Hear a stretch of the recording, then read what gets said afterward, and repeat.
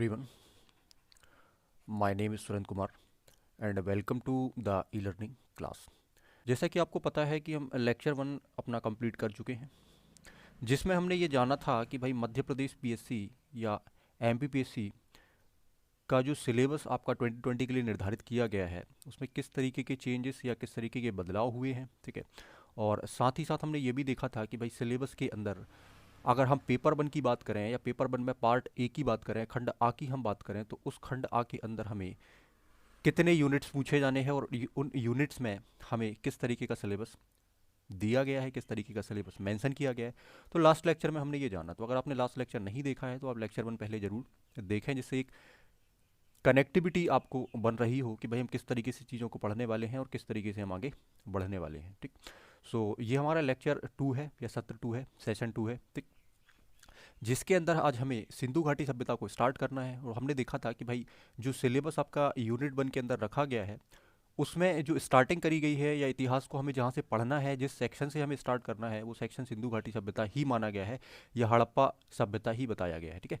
तो हड़प्पा सभ्यता या सिंधु घाटी सभ्यता एक ही है, इस बात को भी हम आगे जानेंगे। साथ ही साथ हम इतिहास से जुड़े कुछ रोचक और कुछ फैक्टों के बारे में हम जानेंगे, कुछ तथ्यों के बारे में हम जानेंगे, जिससे हमें इतिहास को पढ़ने में आगे सुविधा होगी, ठीक है। चीज़ों को हमें समझने में आसानी होगी, ठीक है, जिससे हम चीज़ों को कनेक्ट कर पा रहे होंगे, ठीक। सो उम्मीद है कि आपने वो लेक्चर जरूर देखा होगा, ठीक। साथ ही एक ज़रूरी बात मैं आपको और कहना चाहता हूँ कि भाई आप फेसबुक पेज को, जो मैंने फेसबुक पेज क्रिएट किया है, ठीक है, उसकी लिंक आपको आगे मिल जाएगी, तो उसको आप जरूर ज्वाइन करें। तो अपडेट्स मिल रहे होंगे, साथ ही साथ जो भी मैं यहाँ पर पढ़ा रहा हूँ वो स्लाइड्स आपको पीडीएफ के फॉर्म में वहीं अवेलेबल हो रही होगी, जिसको आप आसानी से डाउनलोड कर सकते हैं, ठीक है। तो स्लाइड्स के लिए आपको परेशान नहीं होना कि हम कहाँ से डाउनलोड करेंगे, क्या करेंगे। तो मैं सब चीज़ें ऑलरेडी पहले एक अलग से वीडियो बना के सेपरेट आपको सारी चीज़ें बता चुका हूँ, तो वहाँ से आप इस चीज़ को डाउनलोड कर सकते हैं, ठीक। सो चलिए फ्रेंड, स्टार्ट करते हैं।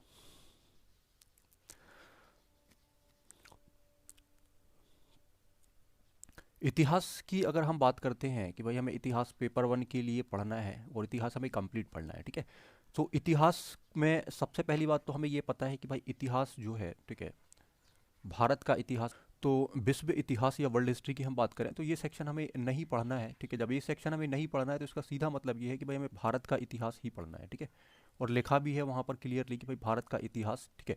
और अगर हम यूनिट नंबर 1 की बात करें तो यूनिट नंबर में क्लियर ये मेंशन है कि भाई हड़प्पा से लेकर आपको 10वीं शताब्दी तक का भारतीय इतिहास पढ़ना है, और ये 4-5 डायमेंशंस में आपको कवर करना है, ठीक है। आर्थिक, सामाजिक, है ना, पॉलिटिकल, राजनीतिक, तो इस तरीके से हम चीज़ें सारी लगभग देख चुके थे। और मैंने आपको ये बताया भी था कि भाई जो सिलेबस है वो सिलेबस आपको अगर याद रहेगा तो काफ़ी अच्छा होगा, जिससे हम चीज़ों में कभी कंफ्यूज नहीं होंगे, ठीक है। और हम किसी भी बुक या किसी भी चीज़ से पढ़ रहे होंगे तो हमें बड़ी आसानी पढ़ने में हो रही होगी, ठीक। तो अगर हमें भारत का इतिहास पढ़ना है और हड़प्पा से लेकर हमें 10वीं शताब्दी तक पढ़ना है, तो इसका मतलब ये है कि हमें प्राचीन भारत ही पढ़ना है, ठीक है ना। और साथ में कुछ सेक्शन यहाँ पर आपका मिडाइबल का आएगा, जिसमें 700 से लेकर आपका लगभग 1000 ईस्वी तक का जो समय है या एडी तक का जो टाइम है आपका, वो इसके अंदर आपका मेंशन होगा। या हम कह सकते हैं कि भाई 7वीं शताब्दी से लेकर 10वीं शताब्दी तक का जो समय है वो आपका इस सेक्शन के अंदर आ रहा होगा, ठीक। अब इतिहास होता क्या है हमें ये भी समझना है, ठीक है। और इतिहास कहाँ से स्टार्ट होता है हमें ये भी समझना है, और सारी चीज़ों को थोड़ा सा हमें बैकग्राउंड को जानना है, जिससे आगे हम जो चीज़ें पढ़ने वाले हैं वहाँ कहीं ना कहीं हमें आसानी हो रही हो, ठीक। तो सबसे पहले बात तो ये निकल के आती है कि भाई इतिहास क्या होता है, ठीक है ना। और क्या इतिहास कुछ 5000 या 10,000 साल पुराना है या और ज़्यादा पुराना है, या हमें कहाँ से इसको पढ़ना चाहिए, ठीक है। तो अगर हम सिलेबस की बात करें कि एमपीपीएससी ने जो हमें बताया है, तो वहाँ हमें इतिहास को लगभग 3-4 हज़ार साल या 5,000 साल पहले से ही पढ़ना है। मतलब सिंधु घाटी सभ्यता के पहले जो चीज़ें हैं हमें थोड़ा सा उनके बारे में जानना है। देन हम इसके बाद हड़प्पा या सिंधु घाटी सभ्यता को स्टार्ट कर रहे होंगे और उसके बाद हम इतिहास को जान रहे होंगे, ठीक। तो यहाँ पर हमें एक बात को समझना है कि भाई अगर हम भारतीय इतिहास पढ़ रहे हैं तो इसको हम सबसे पहले तो 3 सेक्शन में डिवाइड कर लेते हैं और उसके बाद हम इसको आसानी से पढ़ते हैं। जिसमें सबसे पहला सेक्शन हम मान लेते हैं भाई प्राचीन भारत है, ठीक है।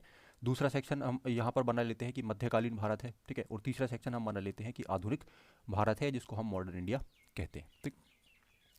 अब आपको एक बात यहाँ पर ये समझनी है कि जो हिमालय से लेकर, अगर हम बात करें वर्तमान में कि भाई हिमालय से लेकर दक्षिण तक, ठीक है, ये हिमालय है आपका और ये आपका साउथ इंडिया है या दक्षिण भारत जिसको हम कहते हैं, ठीक है।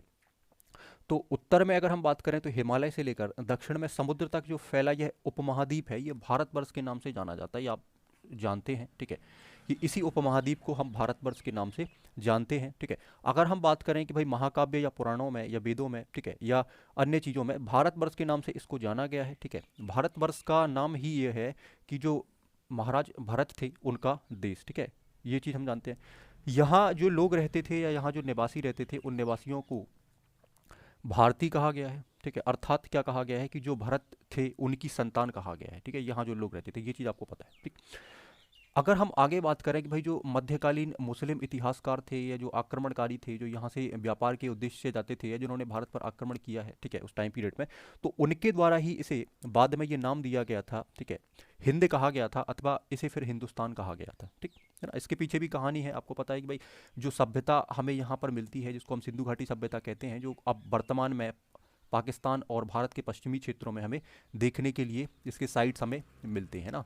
तो जितनी भी सभ्यताएं दुनिया में लगभग हैं, चाहे हम मेसोपोटामिया सभ्यता की बात करें, चाहे हम मिस्र की सभ्यता की बात करें, है ना, चाहे हम किसी भी सभ्यता चीनी सभ्यता की बात करें, चाहे हम किसी भी सभ्यता की बात करें, ठीक है, तो जितनी भी सभ्यताएं लगभग हम ये देखते हैं, ठीक है, वो सारी सभ्यताएं हमें कहीं ना कहीं ये देखने मिलता है कि भाई किसी रिवर या किसी नदी के किनारे ही पनपी हैं या किसी नदी के किनारे ही हमें देखने के लिए मिलती है, ठीक है। और कहीं ना कहीं उनका नाम या जो सिस्टम है वो नदी से जुड़ा हुआ है। जैसे हम यहीं अगर बात कर लेंगे भाई सिंधु नदी और सरस्वती नदी के बीच में अगर आपको ये सभ्यता मिलती है या इससे लगी हुई ये सभ्यता आपको मिलती है, तो कहीं ना कहीं आप देख पाते हैं कि भाई जो नाम है वो सिंधु घाटी सभ्यता इसी के कारण है, ठीक है।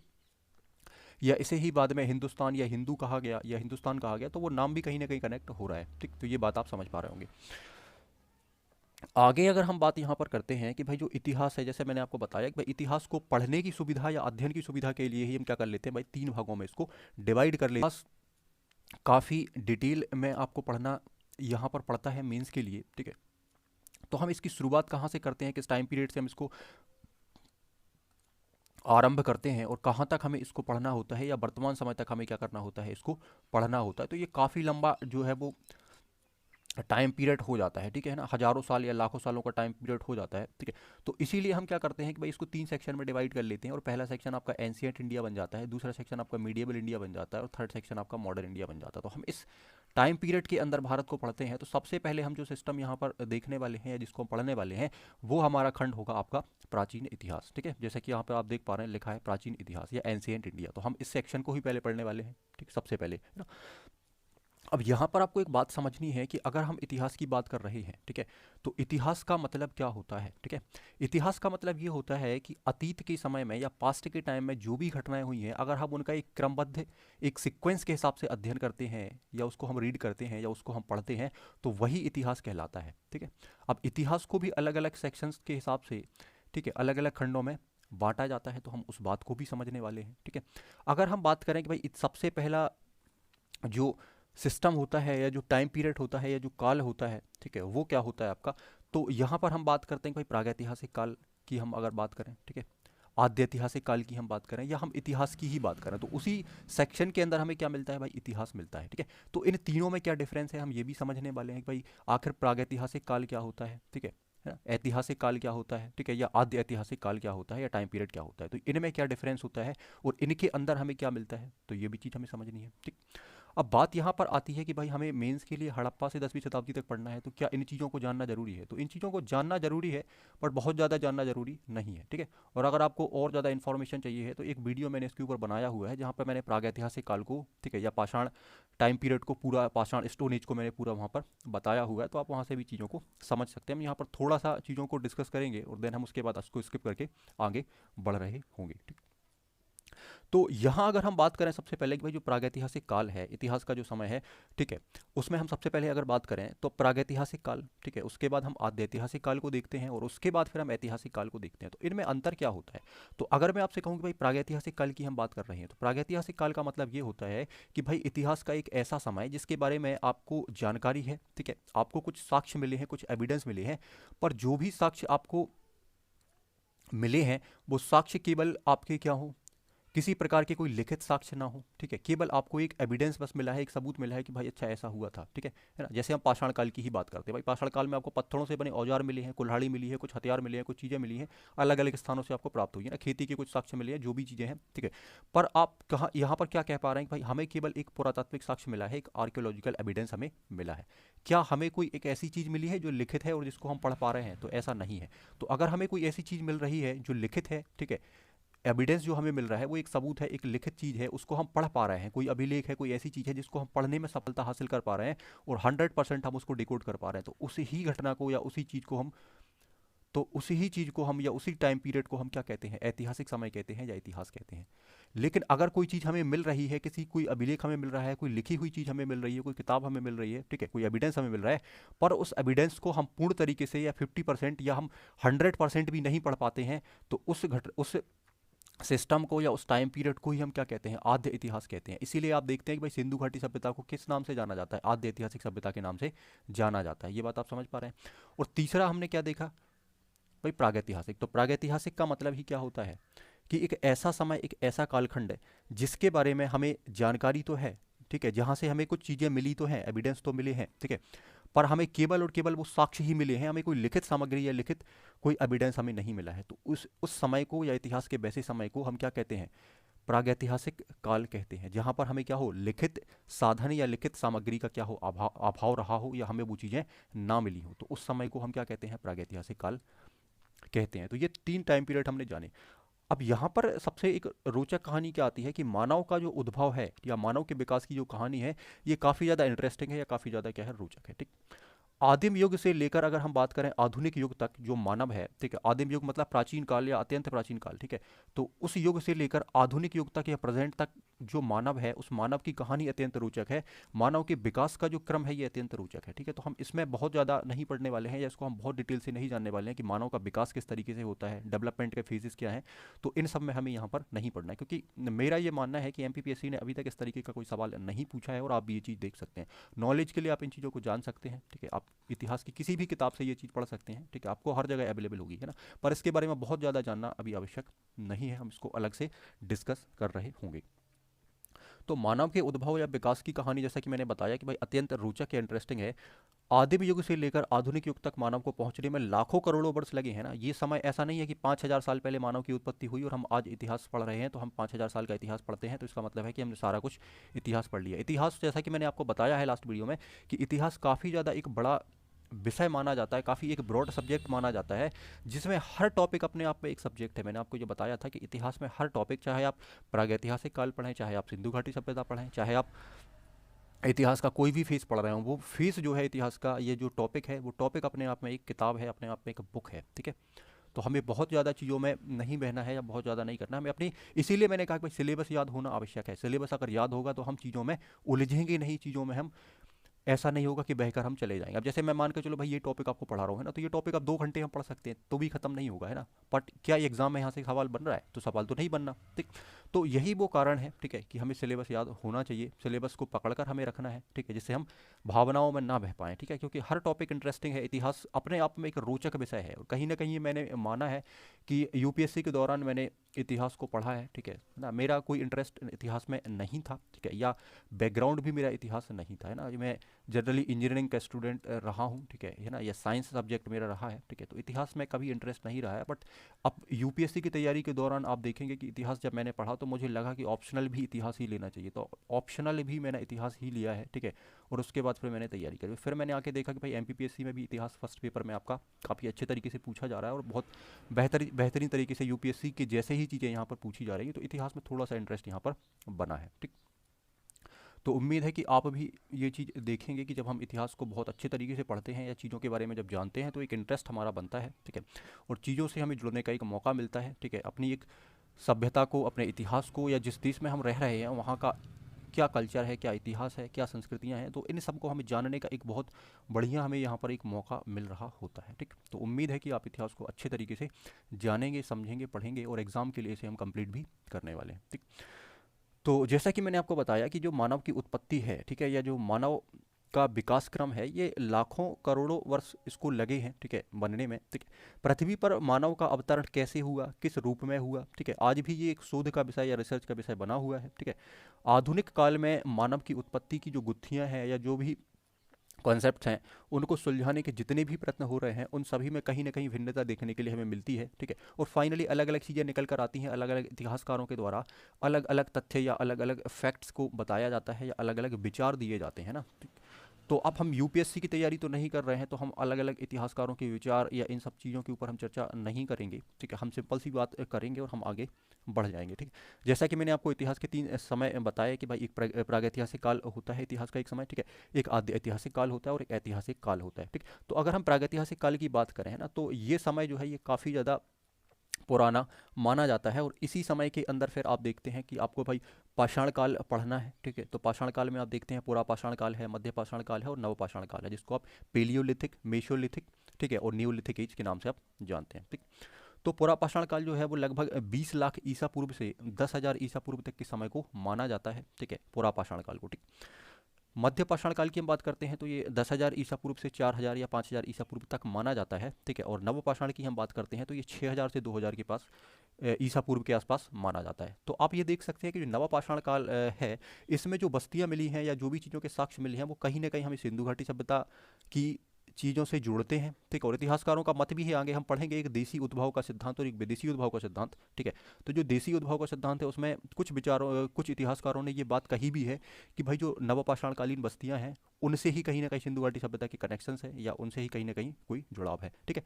और विदेशी उद्भव का जो सिद्धांत है वो ये मानते हैं कि भाई जो मेसोपोटामिया है या दुनिया की जो दूसरी सभ्यताएं हैं वहाँ से कहीं ना कहीं या आर्यों से कहीं ना कहीं सिंधु घाटी सभ्यता का कनेक्शन है। तो हम इन सब चीज़ों को भी आगे डिस्कस करने वाले हैं, ठीक। तो पुरापाषाण काल, मध्यपाषाण काल और नवपाषाण काल, तो इन सब के बारे में हमने ऑलरेडी पढ़ा हुआ है या देखा हुआ है, ठीक है। और उसी टाइम पीरियड में मैंने आपको बताया भी है कि भाई प्लाइस्टोसीन एज क्या होती है, ठीक है। जिस समय हम अगर बात करें कि भाई जिसका जो समय है वो 5 लाख ईसा पूर्व था, ठीक है, या मानव धरती पर प्लाइस्टोसीन के आरंभ में ही पैदा हुआ था, ठीक है। होमोसेपियंस के बारे में थोड़ा सा मैंने वहाँ पे बताया हुआ है, ठीक है ना। तो ये सारी चीज़ें हमने देखी हैं। अच्छा, महाराष्ट्र के पास एक बोरी नामक स्थान आता है जहाँ से कुछ हमें फैक्ट या कुछ तथ्य मिले हुए हैं और उसके पश्चात मानव की जो उत्पत्ति है उसके बारे में एक बात निकल कर आती है कि जो मानव की उत्पत्ति है वो 14 लाख वर्ष पूर्व मानी जाती है, ठीक है। तो ये चीज़ आप थोड़ा सा देख सकते हैं, ठीक। पूर्व में अगर हम बात करें कि पूर्व पुरापाषाण काल के दौरान ही कुछ जलवायु परिवर्तन हुए, ठीक है, मनुष्यों के द्वारा कुछ औजारों की उपलब्धता के आधार पर फिर इसको 3 भागों में बांटा गया है, ठीक है, पुरापाषाण को, है ना। ऐतिहासिक काल जो है उस काल के अंदर ही आप क्या पढ़ते हैं भाई, पुरापाषाण काल, मध्यपाषाण काल और नवपाषाण काल, ठीक है। और पुरापाषाण काल के अंदर ही आपको फिर क्या मिल जाते हैं, ठीक है, निम्न पुरापाषाण काल, ठीक है, मध्य पुरापाषाण काल और उच्च पुरापाषाण काल। तो इन सब में हमने कुछ देखा कि भाई हमें कुछ संस्कृतियां मिली हैं, ठीक है, कुछ पत्थर से बने औजार मिले हैं। तो इन सब चीज़ों को हमने वहाँ पे ऑलरेडी डिस्कस किया हुआ है। तो आप वो लेक्चर जरूर देखें, ठीक है। मैं इसमें मेंशन भी कर दूंगा वो लिंक, तो वहाँ से आप पाषाण काल जो भी है स्टोन एज है तो उसको आप ठीक ठाक तरीके से देख सकते हैं या पढ़ सकते हैं, ठीक है। तो यहाँ पर आप चीज़ों को समझ पा रहे होंगे कि भाई इतिहास जो है वो काफ़ी विस्तृत है, काफ़ी प्राचीन है, ठीक है ना। लाखों साल या करोड़ों साल पहले हम जाते हैं, या हम ज्योग्राफी जब पढ़ते हैं तो आप देखते हो भाई पृथ्वी की उत्पत्ति कितने साल या कितने लाखों या करोड़ों साल पहले पृथ्वी की उत्पत्ति होती है, फिर जीवों का विकास होता है, किस तरीके से पृथ्वी के ऊपर जीव आते हैं, घटनाएं होती हैं, ठीक है, पर्वत बनते हैं, पठार बनते हैं, ज्वालामुखी, तो ये सब आप ज्योग्राफी वाले सेक्शन में पढ़ते हैं, ठीक है ना। तो हमें इन चीज़ों को नहीं पढ़ना है अभी यहाँ पर, हमें केवल इतिहास पढ़ना है। और इतिहास का मतलब आप समझ चुके हैं कि इतिहास का मतलब क्या होता है कि भाई जब हमें कुछ लिखित साक्ष्य मिल जाएं, कुछ ऐसे एविडेंस मिल जाएं जिनको हम पढ़ पाएं, जिनको हम समझ पाएं, जो हम देखते हैं कि भाई 600 बीसी से लेकर जो वर्तमान तक का समय है ये ऐतिहासिक समय कहलाता है, ये हम इतिहास में इसको पढ़ते हैं, ठीक है, 600 बीसी से लेकर ये वाला समय। पर इसके पहले कुछ जो टाइम पीरियड आपके आते हैं जिनमें हम बात करते हैं कि भाई 2000 से लेकर 500 या 600 ईस्वी पूर्व तक का जो समय पीरियड है वो आपका वैदिक सिविलाइजेशन या वैदिक सभ्यता के अंदर आता है, ठीक है। देन इसके पहले हम अगर देखते हैं, ठीक है, तो आपका सिंधु घाटी सभ्यता आता है जिसके अलग अलग टाइम पीरियड बताए हैं और ये लगभग माना जाता है कि 5000 बीसी से लेकर आपका, ठीक है, 1800, ठीक है, तक का जो टाइम पीरियड है, ठीक है, उसको सिंधु घाटी सभ्यता के अंदर रखा गया है। अलग अलग इतिहासकारों ने इसका काल निर्धारण जब किया है तो अलग अलग समय बताया। कुछ लोग इसको 5000 से बीसी से मानते हैं, कुछ लोग इसे 3200 से मानते हैं, कुछ 3500 से मानते हैं, कुछ 3000 से मानते हैं, कुछ 2350 से मानते हैं। तो हम उसको देखेंगे कि भाई उसमें क्या प्रॉब्लम है और किस तरीके से टाइम को वहाँ पर हमें बताना है, ठीक। तो आगे हम बढ़ते हैं फ्रेंड्स। यहाँ पर जैसा कि मैंने आपको बताया कि भारतीय इतिहास जो है ये काफ़ी विस्तृत है, ठीक है, और काफ़ी बड़ा है। पर हमें इसमें मेंस के पॉइंट्स को लेकर चलना है, ठीक है, और जो मेंस का सिलेबस है हम उस सिलेबस को पकड़कर यहाँ पर चल रहे हैं, ठीक। एक छोटा सा यहाँ पर ओवरऑल हम चीज़ों को समझ लेते हैं कि भाई इतिहास में हमें क्या क्या पढ़ना है, ठीक। तो यहाँ पर कुछ पॉइंट्स मैंने बनाए हुए हैं जो मेजर पॉइंट्स हैं, तो हमें इन पॉइंट्स पर ही चर्चा करनी है। प्रागैतिहासिक काल ऑलरेडी मैं पढ़ा चुका हूँ, तो आपको वीडियो इस पर मिल जाएगा। हमें अभी मेंस को फोकस करना है, या इस बैच में हम मेंस को टारगेट कर रहे हैं, तो हम यहाँ पर सिंधु घाटी सभ्यता से या आईवीसी से हम यहाँ पर पढ़ना स्टार्ट करेंगे। तो सिंधु घाटी सभ्यता सबसे पहले हमें पढ़ना। अब देखो यहाँ पर ये मेजर पॉइंट है आपका, इस पॉइंट्स के अंदर खुद 10-15 पॉइंट बन रहे होंगे छोटे छोटे, तो उन पॉइंट्स के ऊपर हमें बात करनी है कि भैया यहाँ से मेंस का क्वेश्चन कौन सा बनता है, ठीक है, प्री का क्वेश्चन कौन सा बनता है, कहाँ से 3 नंबर हमें मिल रहा होगा, कहाँ से हमें 5 नंबर क्वेश्चन मिल रहा होगा, कहाँ से हमें 11 नंबर क्वेश्चन मिल रहा होगा, हमारे पास क्या फॉर्मेट होना चाहिए, उस फॉर्मेट के अंदर कितना कंटेंट हम रख के चलें जिससे हम 3 नंबर भी लिख पाएँ, 5 नंबर भी हम लिख पाएँ और 11 नंबर भी हम लिख पाएँ, है ना। तो उन सारी चीज़ों पर भी डिस्कशन आगे धीरे धीरे करने वाले हैं, ठीक है। इसके बाद आपको पढ़ना है, 3rd नंबर का जो पॉइंट है वो वैदिक सभ्यता पढ़ना है, महाजनपद काल पढ़ना है, मगध का उत्कर्ष पढ़ना है। पॉइंट हो सकता है आपका थोड़ा सा आगे पीछे हो गए हो, बट उससे कोई फर्क नहीं है, हम टाइम के साथ सारी चीज़ों को प्रॉपर तरीके से हम पढ़ने वाले होंगे, ठीक है। धार्मिक आंदोलन हमें पढ़ना है, रिलीजियस मूवमेंट हमें पढ़ना है, ठीक है, धार्मिक आंदोलन, ठीक। मौर्यन एम्पायर या मौर्य साम्राज्य पढ़ना है, संगम पीरियड या साउथ इंडिया में जो भी डायनेस्टीज थी उनके बारे में हम यहाँ पर देखने वाले हैं, ठीक है। तो 9 नंबर पर हम देखें तो गुप्त पीरियड आपका आता है, चोल काल आता है, इसको हम पढ़ते हैं, ठीक है। फिर आपका प्री मीडिएबल हिस्ट्री में कुछ डायनेस्टीज आती हैं जिनमें हम देखते हैं तो परमार हैं, चंदेल हैं, राजपूत हैं, तो इनको हम पढ़ते हैं। मध्य प्रदेश से भी ये जुड़े हुए हैं, तो इनके बारे में भी हम देखते हैं, और इंडिया के बिहाफ में तो हम इनको पढ़ते हैं, ठीक है। इसके बाद आप देखोगे तो अरब इन्वेंशन आपका हम यहाँ पर पढ़ते हैं, अरबों का भारत पर आक्रमण पढ़ते हैं। फिर यहाँ से आपका मुस्लिम सत्ता धीरे धीरे स्टार्ट होने लगती है और दिल्ली सल्तनत आपकी हम पढ़ते हैं यहाँ पर, ठीक है। फिर विजयनगर और बहमनी एम्पायर को देखते हैं, ठीक। देन फिर मुगल एम्पायर हम पढ़ते हैं, फिर राइज ऑफ मराठा पढ़ते हैं, मराठों का उदय पढ़ते हैं, ठीक है। यूरोपियन कंपनियां अराइव इन इंडिया, है ना, तो यूरोपीय कंपनियों का भारत आगमन, जिसमें हम पुर्तगाली व्यक्ति की भी बात करते हैं कि किस तरीके से भारत में एंट्री होती है, ठीक है, प्रथम पुर्तगाली, है ना। और फिर यूरोपीय कंपनियों का किस तरीके से एंट्री यहाँ पर भारत में होती है और फिर ये अपना विस्तार कैसे करते हैं, तो यही हमें पढ़ना है कि भाई किस तरीके से इन्हें अपना विस्तार किया, ठीक है। फिर यहाँ पर आप देखते हैं कि the rise of new states in 18th century, मतलब 18वीं शताब्दी में जो नए राज्यों का उदय हुआ वो किस तरीके से यहाँ पर होता है, ठीक। ब्रिटिश इकोनॉमी हमें पढ़नी है कि भारतीय जो उस समय का जो पीरियड है, ठीक है, उसमें ब्रिटिश इकोनॉमी या जो ब्रिटिश कालीन अर्थव्यवस्था थी वो किस तरीके से भारतीय लोगों को प्रभावित कर रही थी या किस तरीके से अपने पैर यहाँ पर ये फैला रही थी, ठीक है। एजुकेशन इन इंडिया हमें यहाँ पर पढ़ना है कि भाई ब्रिटिश टाइम पीरियड में एजुकेशन किस तरीके से था, शिक्षा किस तरीके से था, यहाँ से भी आपके सवाल बनते हैं मेंस में, ठीक है। इंडिया फ्रीडम स्ट्रगल ये हमें पढ़ना है, ठीक है, कि जो स्वतंत्रता का फेज़ है वो किस तरीके से स्टार्ट होता है, ठीक। इंपॉर्टेंट आपका टॉपिक माना जाता है इतिहास में, है ना, यहाँ से सवाल बनता ही है। 1857 की क्रांति, 1857 का रिवॉल्ट क्यों हुआ, क्या कारण थे, है ना, क्या पृष्ठभूमि थी, है ना, इसी समय क्यों हुआ, है ना, कुछ पहले हो जाता या बाद में हो जाता, तो ये सारी चीज़ें जानने वाले हैं, ठीक है। सामाजिक धार्मिक सुधार, रिलीजियस रिफॉर्म, जो सामाजिक सुधारक हैं, ठीक है, जैसे हम राजा राम मोहन राय की बात करें, दयानंद सरस्वती की बात करें, विवेकानंद की बात करें, तो ये सब हम यहाँ पर पढ़ने वाले हैं, ठीक। राइज ऑफ नेशनलिज्म, ठीक है, राष्ट्रवाद का उदय, बंगाल पार्टीशन 1905 में आप ये पढ़ने वाले हैं, ठीक है। फिर क्रांतिकारी राष्ट्रवाद गतिविधियां यहाँ पर आ जाती हैं, ठीक है। क्रांतिकारी राष्ट्रवाद आ जाता है जिसका फेज़ 1 हम पढ़ते हैं, तो फेज़ 1 में कुछ आगे फिर हम फ्रीडम मूवमेंट या गांधीयन फेज हम पढ़ने वाले हैं, ठीक। खिलाफत आंदोलन या असहयोग आंदोलन, ठीक है, स्वराज्य पार्टी ये देखने वाले हैं। साइमन कमीशन है, नेहरू रिपोर्ट ये देखेंगे, सविनय अवज्ञा आंदोलन देखेंगे, ठीक है। क्रांतिकारी राष्ट्रवाद का सेकंड फेज देखेंगे जहाँ पर क्रांतिकारी गतिविधियाँ फिर होती हैं, तो इसको सेकंड फेज में हम पढ़ने वाले हैं। जो भी यहाँ घटनाएं होंगी उनको हम डिटेल में काफ़ी पढ़ने वाले हैं ना, क्योंकि यहाँ से भी हो सकता है भाई 3 नंबर या 5 नंबर में क्वेश्चन आपका बन जाए, ठीक है। ब्रिटिश शासन के अधीन संवैधानिक विकास, तो ये भी हम देखने वाले हैं। Constitutional development under the British rule, ठीक है, ये देखेंगे। नेशनल पॉलिटिक्स एंड कांग्रेस, ठीक है, तो राष्ट्रीय राजनीति और कांग्रेस के जो अन्य गतिविधियां हैं उनको हम देखने वाले हैं। फ्रीडम स्ट्रगल मतलब स्वतंत्रता संघर्ष, प्रांतीय चुनाव, सरकारों का गठन, क्रिप्स मिशन, भारत छोड़ो आंदोलन, तो इन सबको हम यहाँ पर पढ़ने वाले हैं, ठीक है। 1945 के पश्चात जो आंदोलन हुए हैं, जो गतिविधियां हुई हैं, जो तीव्र गतिविधियां हुई हैं भाई, 1945 के बाद जो चीज़ें हैं वो तीव्र हो गई हैं, इसीलिए तो 2 साल के बाद आप देखेंगे कि भाई हाँ देश आज़ाद हो गया। पहले भी चीज़ें थी पर अब यहाँ इतनी ज़्यादा तीव्र हो गई हैं कि भाई अंग्रेजों को मजबूर होकर चीज़ों को करना पड़ा है। उन्होंने देखा कि भाई भारत में माहौल जो इस तरीके से बन रहा है कि भाई चीज़ें इतनी ज़्यादा तीव्र होती चली जा रही हैं कि हमें अब ये चीज़ करनी ही पड़ेगी, है ना। सब संवैधानिक विकास को हम अगर लेकर बात करें या आज़ादी को लेकर हम बात करें, तो हम ये इन सिचुएशंस को जब पढ़ेंगे तो काफ़ी अच्छे से आपको चीज़ें समझ में यहाँ पर आने वाली हैं।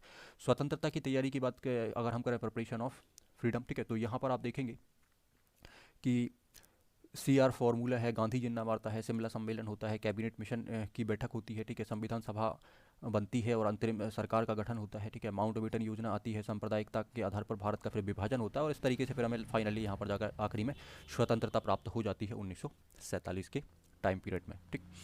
तो चीज़ों को आपने देखा कि भाई इतिहास जो है वो क्या है, ठीक है ना। इस चीज़ को आपने समझा कि भाई इतिहास क्या है, ठीक, और हमें किस तरीके से चीज़ों को पढ़ना है, ठीक। अब यहाँ अगर हम और डीप में बात करें तो जो मेजर पॉइंट है वो मेजर पॉइंट फिर आपके जाकर 10 10 15 15 या 20 20 पॉइंट्स में फिर डिवाइड आगे हो जाएंगे और हम इतिहास को इस तरीके से पढ़ते चल रहे होंगे, ठीक। सो उम्मीद है कि आपने इस बात को ठीक तरीके से समझा होगा। यही बात मैंने अभी आपको थोड़ी देर पहले बताई थी, वो आपको स्लाइड में मिल जाएगी यहाँ पर कि इतिहास क्या है। तो the systematic study of ancient event is called a history, मतलब प्राचीन घटनाओं का क्रमबद्ध अध्ययन ही इतिहास कहलाता है, ठीक। इतिहास दो शब्दों से मिलकर बना होता है, एक शब्द आपका इति होता है, दूसरा शब्द आपका हास होता है, और इन दोनों से ही मिलकर आपका क्या बनता है, इतिहास बनता है, ठीक। इति का मतलब होता है ऐसा ही और हास का मतलब होता है हुआ होगा। इसका मतलब क्या है कि भाई ऐसा ही हुआ होगा, बिल्कुल सही है। हम यही तो कह रहे हैं कि भाई ऐसा हुआ होगा, क्यों? क्योंकि हमें कुछ साक्ष्य मिले हैं, कुछ चीज़ें मिली हैं जिनके आधार पर हम ये कह पा रहे हैं कि भाई ऐसा हुआ होगा, ठीक है। तो इसीलिए तो ये इतिहास है। तो हमने अभी क्या देखा कि भाई हम नंबर 1 से लेकर नंबर 32 तक कुछ घटनाओं को पढ़ रहे थे और वो घटनाएं क्या थी भाई, सिस्टमेटिक ही तो थी कि पहले क्या हुआ, ठीक है, देन इसके बाद क्या हुआ, देन इसके बाद क्या हुआ। तो क्या ये सिस्टमेटिक थी? बिल्कुल थी।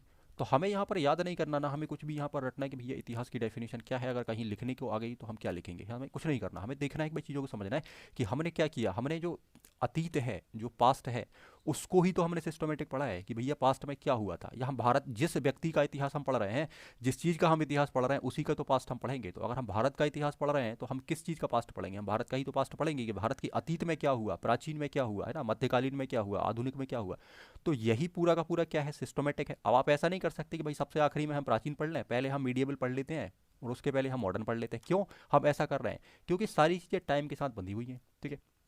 कि अगर आप सिंधु घाटी सभ्यता पढ़ रहे हो तो भाई हमें इसका टाइम पता है कि इसका टाइम तो BC में है और ये यहाँ से यहाँ तक है टाइम, ठीक है ना। अब मीडिएवल आप पढ़ रहे हो तो मीडिएवल में आपको पता है कि भाई ये 700 से 800 से 900 से 1000 से स्टार्ट होता है, ठीक है। जब अरब आक्रमण भारत के ऊपर होते हैं वहाँ से हम इस टाइम पीरियड को पढ़ते हैं और ये 1400-1500 आपका AD तक जाता है। उसके बाद से फिर आपका आधुनिक गतिविधियाँ होने लगती हैं और आधुनिक काल में हम इसको पढ़ते हैं, ठीक। तो क्यों हम टाइम के साथ पढ़ रहे हैं? क्योंकि आपको पता है कि भाई इतिहास का मतलब ही तो ये होता है कि अगर प्राचीन घटनाएं हैं या अतीत जो है, अगर वो क्रमबद्ध तरीके से होगा तो उसे ही हम इतिहास कहेंगे। अब ऐसा किस व्यक्ति ने किया? तो ऐसा जिस व्यक्ति ने कहा उस व्यक्ति को क्या कहा गया? हेरोडोटस कहा गया या इतिहास का पिता कहा गया। इन्होंने क्या किया? तो इन्होंने इतिहास को क्या किया था? सबसे पहले क्रमबद्ध अध्ययन किया था, क्रमबद्ध तरीके से बताया था, इसीलिए ये क्या बन गए? फादर ऑफ हिस्ट्री बन गए, ठीक है। तो हेरोडोटस है ना, हो सकता है 3 नंबर में आपसे पूछ लें हेरोडोटस के बारे में बताएं, ठीक है। तो आप बिल्कुल लिख सकते हैं आराम से, 2 से 3 पॉइंट छोटे छोटे आप बना सकते हैं या एक लाइन या 2 लाइन के अंदर उसको फिनिश कर सकते हैं ना, ठीक। देखो आपको चीज़ों को बनाने की यहाँ पर थोड़ी सी समझ यहाँ पर विकसित करनी पड़ेगी कि जब भी कोई टॉपिक या कोई छोटा सा पॉइंट हमें 3 नंबर के लिए आता है लिखने बनाए, ठीक।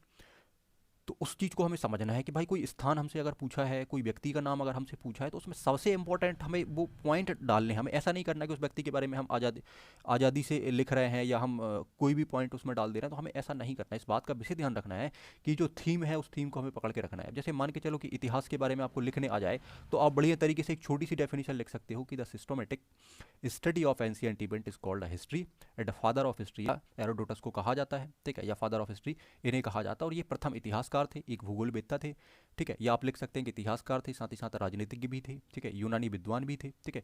और इन्होंने एक पुस्तक भी लिखी थी, आप उस पुस्तक का नाम भी मेंशन कर सकते हैं जिसका नाम क्या था, हिस्टोरी का था, ठीक है, ठीक है। तो इस चीज़ को आप समझ पा रहे हैं कि भाई हमें चीज़ों को किस तरीके से यहाँ पर पकड़ कर चलना है ना। नॉलेज आपके पास हो सकता है बहुत ज़्यादा हो, ठीक है, तो वो कब काम आएगा? जब आप उसको बहुत बेहतर तरीके से क्या कर रहे होंगे, इंप्लीमेंट कर रहे होंगे, या बहुत बेहतर तरीके से अपनी कॉपी के ऊपर उस चीज़ को प्रेजेंट कर रहे होंगे, तब वो नॉलेज आपका दिखेगा, शो होगा और वो आपको मार्क्स ला के दे रहा होगा, ठीक। पर अगर आप बहुत ज़्यादा जानते हो किसी चीज़ के बारे में, है ना, तो वो PSC ने ये नहीं कहा कि आप हर चीज़ के बारे में बहुत ज़्यादा जानो, है ना। जानना अच्छी बात है, ठीक है, नॉलेज अच्छी चीज़ है, बट उसका इंप्लीमेंट हमें किस तरीके से मेंस में करना है, तो वो सबसे इंपॉर्टेंट बात यहाँ पर बन जाती है, ठीक। क्योंकि जब तक आप कॉपी के ऊपर, है ना, चीज़ों को बहुत अच्छे से रिप्रेजेंट नहीं करोगे, तब तक एग्जामिनर को ये बिल्कुल पता नहीं चलने वाला कि भाई आपके पास कितना नॉलेज है। आपका नॉलेज कैसे दिख रहा होगा? जो आप लिख रही होंगी, ठीक है, वहीं से आपका नॉलेज शो हो रहा होगा कि भाई आपको कितना नॉलेज इस टॉपिक के बारे में है, ठीक। नॉलेज कितना भी हो, मैंने कल बताया था या प्रीवियस लेक्चर आप जरूर देखें, उसमें बहुत काम की बातें आपको बताई गई हैं 1 घंटे के अंदर, कि नॉलेज कितना भी हो है ना, पर हमें यूज़ एक लिमिट में ही करना है। और लिमिट क्या है? लिमिट है वर्ड लिमिट, ठीक है, कि भाई उसने अगर एग्जामिनर ने बोला हुआ है कि भैया इसको 10 शब्द में लिखो, तो हम 10-12 शब्द में ही उसको फिनिश करें, है ना। और ये स्ट्रेटेजी हम बनाएं, ये हम स्किल अपने अंदर डेवलप करें कि हम उस टॉपिक को, अगर वो टॉपिक 3 नंबर के लायक है या अगर 3 नंबर में पूछा जा सकता है, तो क्या हम उसके ऊपर, ठीक है, 10-12 शब्दों में अपनी बात कह सकते हैं और बात भी पूरी हो जाए। हम जितना जानते हैं वो सब भी हम कर उसके अंदर इम्प्लीमेंट कर दें या रख दें। अब ऐसा नहीं है कि आप हेरोडोटस के बारे में 10 पॉइंट जानते हो, ठीक है, तो क्या आप 10 पॉइंट को एक लाइन में फिनिश कर सकते हो? तो बिल्कुल कर सकते हैं। यही स्किल हमें अपने अंदर लाना है कि हम जितनी भी चीज़ें जानते हैं, क्या हम उसको इतना कंप्रेस कर सकते हैं कि एग्जामिनर उस चीज़ को समझ जाए। अब हमें ऐसा नहीं करना कि सिंधु घाटी सभ्यता की तरह हम लिपि एक या भाषा में उसको लिख दें, है ना, कुछ सिम्बॉल्स बना दें और एग्जामिनर उसको पढ़ भी ना पाए, है ना, तो फिर तो वो आद्य ऐतिहासिक सभ्यता ही हो जाएगी फिर, है ना। तो ऐसा कुछ हमें नहीं करना, ठीक। हमें हिंदी में ही लिखना है या इंग्लिश में ही लिखना है, पर वो लिखने का स्किल हमें अपने अंदर लाना है ना। और ये आर्ट है, आपने जैसा कि कल देखा था कि भाई आर्ट है या कला है, तो इसको सीखने में समय लगेगा, इतने जल्दी नहीं होगा ना। और ये कोई भी मैजिक वाली बात नहीं है कि मैंने यहाँ पर एक मैजिक वाली बात कर दी कि ऐसा हो जाएगा। बिल्कुल ये रियल बात है, आप ऐसा कर सकते हैं, ठीक है ना। भाषा शैली से और चीज़ों से या एक सेंटेंस में अपनी बात कहना, यही तो एमपीपीएससी आपसे चाह रहा है कि आप इस चीज़ को सीखें, इस चीज़ के ऊपर आप काम करें, है ना। और आपको ये सीखना ही पड़ेगा, क्योंकि अगर मेंस क्लियर करना है तो आपको ये चीज़ें बहुत अच्छे से आनी चाहिए, ठीक है। तो यहाँ पर आप चीज़ों को समझ पा रहे हैं। अब जैसे हिस्टोरी का है तो ये भी आपसे पूछी जा सकती है कि भाई हिस्टोरी का, तो आप इसको लिख सकते हैं कि भाई एक हेरोडोटस के द्वारा एक लिखी गई पुस्तक है ना। और इस पुस्तक के बारे में हम जब आगे पढ़ेंगे हिस्टोरिका के बारे में, तो आप उसमें 2-3 पॉइंट और ऐड कर सकते हैं, छोटे छोटे 2 पॉइंट्स और बना सकते हैं। भाई इस किताब में इस युद्ध के बारे में जानकारी दी गई है, या इस किताब में ये भारत और ईरान के मध्य संबंधोों के बारे में बताया गया है, ठीक है ना। और एक ये जो आप देख रहे हैं कि भाई इन्होंने अपने इतिहास का जो विषय था वो पेलोपोनेशियन युद्ध को बनाया था, है ना, और उसी में फिर क्रमबद्ध घटनाओं को बताया गया। तो ये सारी चीज़ें आप यहाँ पर ऑलरेडी देख सकते हैं, ठीक है। अच्छा, किसी टॉपिक से जो भी 3 मार्कर बन रहे होंगे, मैं एक साथ ही साथ आपको बताता भी चलूंगा, और आगे आने वाले लेक्चर्स में हम उनके लिए अलग से एक सेपरेट कॉलम को लेकर चल रहे होंगे, जहाँ पर आप 3 मार्कर को अलग से लिख रहे होंगे। और जो भी आपको नोट्स प्रोवाइड हो रहे होंगे मेरी तरफ से, तो उन नोट्स के अंदर भी हम 3 मार्कर को अलग से लिख रहे होंगे। बस एक बात का विशेष ध्यान रखना है कि भाई जो भी चीज़ें मैं आपको पढ़ा रहा हूँ उसमें थोड़ा सा मैं एक्स्ट्रा बताकर इसलिए चलूंगा कि भाई आपके पास एक ऑप्शन रही है ना, कि अगर जैसे 5 पॉइंट मैं बता रहा हूँ, तो आपको 5 पॉइंट जाके सीधे एग्जाम में नहीं लिख देने हैं, ठीक है। या आप कहीं से भी कोई चीज़ पढ़ रहे हो तो उसको आपको अपने हिसाब से कंप्रेस करना है, ठीक है। और अपने इंटरेस्ट के हिसाब से या अपने, है ना, लॉजिक के हिसाब से चीज़ों को आपको एग्जाम में लेकर चलना है कि भाई किस तरीके से सवाल आ रहा है और क्या हम ये पॉइंट उसमें रख सकते हैं, 3 पॉइंट या 2 पॉइंट जो भी आप उसमें रखना चाहें। फॉर्मेट हम डिस्कस कर रहे होंगे कि 3 नंबर में हम कितने फॉर्मेट में आंसर्स को बना सकते हैं, डिजाइन कर सकते हैं, ठीक है ना, या उसकी ड्राफ्टिंग कर सकते हैं, ठीक। 5 नंबर में कैसे कर सकते हैं और 11 नंबर में थोड़ा सा हम कुछ पढ़ लेते हैं, है ना, 2-3-4 लेक्चर, उसके बाद फिर हम चीज़ों के ऊपर ज़रूर बात करने वाले हैं, ठीक है, जिससे हमारे पास कुछ कंटेंट भी रहे कि भाई हम इसको लिख कर देखें 3 नंबर में, ठीक है। तो ये हम डिस्कस कर चुके हैं, ठीक है। प्राग इतिहास या प्रागैतिहासिक भी उसको कहते हैं, प्री हिस्ट्री, ठीक है, प्रोटो हिस्ट्री और हिस्ट्री। तो ये सेक्शन हमें पढ़ना है भाई, हिस्ट्री, ठीक है। और इसमें क्या कह रहा है कि हिस्ट्री में कि written information is there and can be read, मतलब लिखित जानकारी तो होनी ही चाहिए और उसको हम पढ़ भी पाएँ, ठीक है। लिखित जानकारी तो होनी ही चाहिए और उस जानकारी को हम पढ़ भी पाएँ, तभी हम उसको इतिहास मानेंगे, ठीक है। तो ऐसा समय 600 BC से लेकर अब तक का है, ठीक।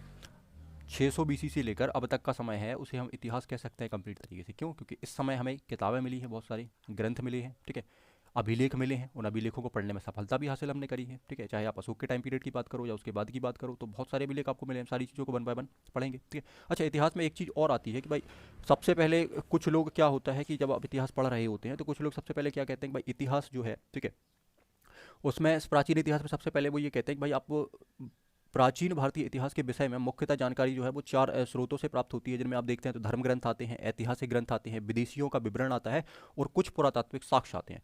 तो इनको हम साथ में ही पढ़ेंगे, ठीक है। हम इसको छोड़ नहीं रहे हैं सेक्शन को, हम इस सेक्शन को साथ में ही लेकर चलेंगे। जिस सेक्शन से जो अभिलेख है, जो ग्रंथ है, जो चीज़ें हैं वो मिल रही होंगी, तो उनको हम बिल्कुल अच्छे से पढ़ेंगे और डिटेल में पढ़ेंगे, है ना। और हर एक जो पॉइंट है उस पॉइंट्स को हम 3 नंबर के हिसाब से कम प्रिपेयर करके चलें, है ना। क्योंकि हर चीज़ 5 नंबर में नहीं पूछी जा सकती। 5 नंबर वाले क्वेश्चन हमें अलग दिख जाते हैं कि जब जैसे कि भाई किसी चीज़ के फीचर्स आपसे पूछ लिए, किसी चीज़ की विशेषता आपसे पूछ ली, है ना, किसी चीज़ के कारण आपसे पूछ लिए, कोई एक छोटी सी घटना आपसे पूछ ली 50 शब्दों में जो बन सकती है, तो हम उसको समझ पा रहे होंगे कि भाई ये 5 नंबर का बन जाएगा, है ना, ठीक। और 3 नंबर वाली चीज़ें अलग ही आपको दिख जाती हैं कि हाँ इसको हम 1 लाइन या 2 लाइन में बता सकते हैं ना। अब मेरा ये मानना है या मैं ऐसा सोच रहा हूँ कि भाई इस बार जो चेंज हुआ है 3 नंबर वाला, वो कहीं ना कहीं हमसे ये कह रहा है कि आप फैक्चुअल चीज़ों की तरफ जाएं, है ना। क्योंकि आप देखो कि भाई एक शब्द में आपको लिखने के लिए अगर दे रहे हैं, एक लाइन में आपको लिखने के लिए दे रहे हैं या एक शब्द में आपसे अगर पूछा जा रहा है, तो वो फैक्चुअल चीज़ें ही होगी, है ना। जैसे आप देखते हैं ना कि वन वर्ड सब्स्टिट्यूशन की, भाई एक शब्द में बताएं क्या होगा, है ना। तो एक सेंटेंस लिखा हुआ है तो आपने एक शब्द में बता दिया, है ना, ठीक। जैसे कोई भी एक डेट आपसे पूछ ली, है ना, कोई भी एक चीज़ आपसे पूछ ली, है ना, कि भाई अब जैसे भी यही पूछ लिया आपसे कि भाई इतिहास का समय पीरियड बताओ, तो आपने बता दिया कि भाई 600 बीसी से लेकर वर्तमान का समय ऐतिहासिक समय कहलाता है, ठीक है। और क्यों कहलाता है, उसने इसका एक ठोस आपने एक कारण दे दिया कि भाई इसलिए कहलाता है क्योंकि हमें इस समय लिखित जानकारी भी मिलती है और हम उसको पढ़ भी पाते हैं, इसलिए हम इसको ऐतिहासिक समय या इतिहास कहते हैं। तो अब ये कब आपसे बन रहा होगा, जब आप चीज़ों को बेहतर तरीके से समझ पा रहे होंगे, है ना, ठीक। तो उम्मीद है कि आपको ये बात क्लियर होगी।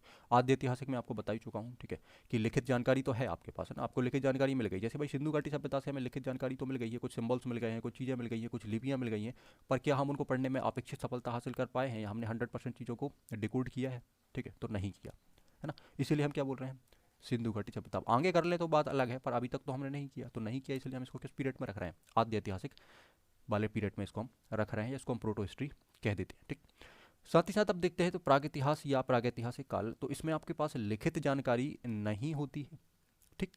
लिखित जानकारी आपके पास नहीं होती है, नो रिटन इन्फॉर्मेशन, ये मेन पॉइंट आपको याद रखना है कि नो रिटन इन्फॉर्मेशन। अब देखो इतने छोटे पॉइंट्स आप बना सकते हो ना 3 नंबर में, भाई ऐसे 3 पॉइंट तो आप डाल सकते हो आराम से, 10 शब्द आपके हो जाएंगे, 12 शब्द हो जाएंगे, कोई दिक्कत नहीं है ना। इसमें देखो 3 शब्द लिखे हुए हैं, आप अगर 3 पॉइंट आप इस तरीके के डाल देते हैं, ठीक है, तो आपके 9 शब्द हो गए, और एक पॉइंट आप चाहो तो और डाल दो तो 12 शब्द हो जाएंगे। तो 12 शब्द तक हम रिस्क ले सकते हैं, कोई दिक्कत नहीं है, 2 शब्द एक्स्ट्रा आप लिख सकते हो, है ना, इतना चलता है, ठीक।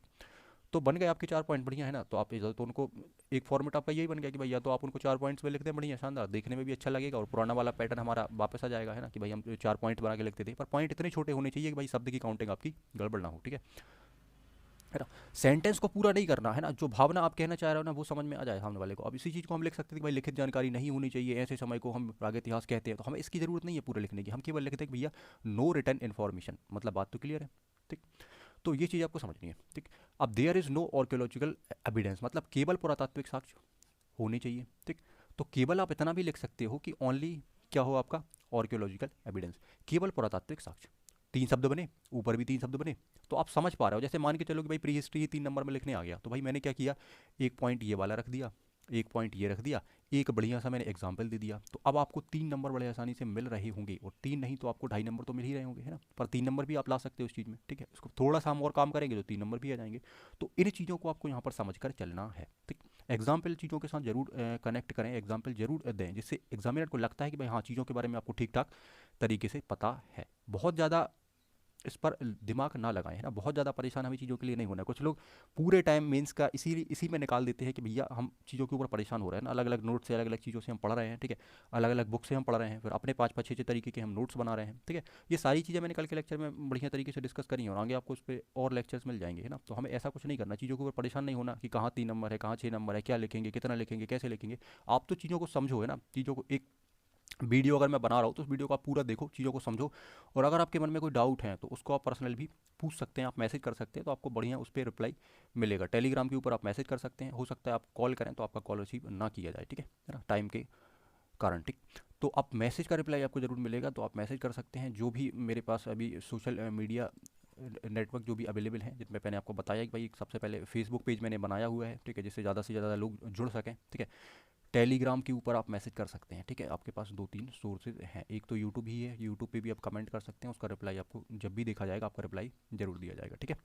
और अगर आपके कुछ क्वेश्चंस हैं तो आप क्वेश्चंस कमेंट में कर सकते हैं, तो नेक्स्ट वीडियो जो होगा उसमें हम क्वेश्चंस को शामिल कर लेंगे, लास्ट में हम 5 या 10 मिनट उस क्वेश्चन के ऊपर हम जो भी आपकी क्वेरी होंगी, क्वेश्चन होंगे, उनके ऊपर हम बात यहाँ पर कर रहे होंगे, ठीक है। तो आगे बढ़ा जाए,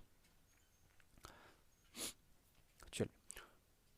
तो अब यहाँ बात आती है कि भाई हमने चीज़ों को तो जान लिया कि इतिहास क्या है, ठीक है।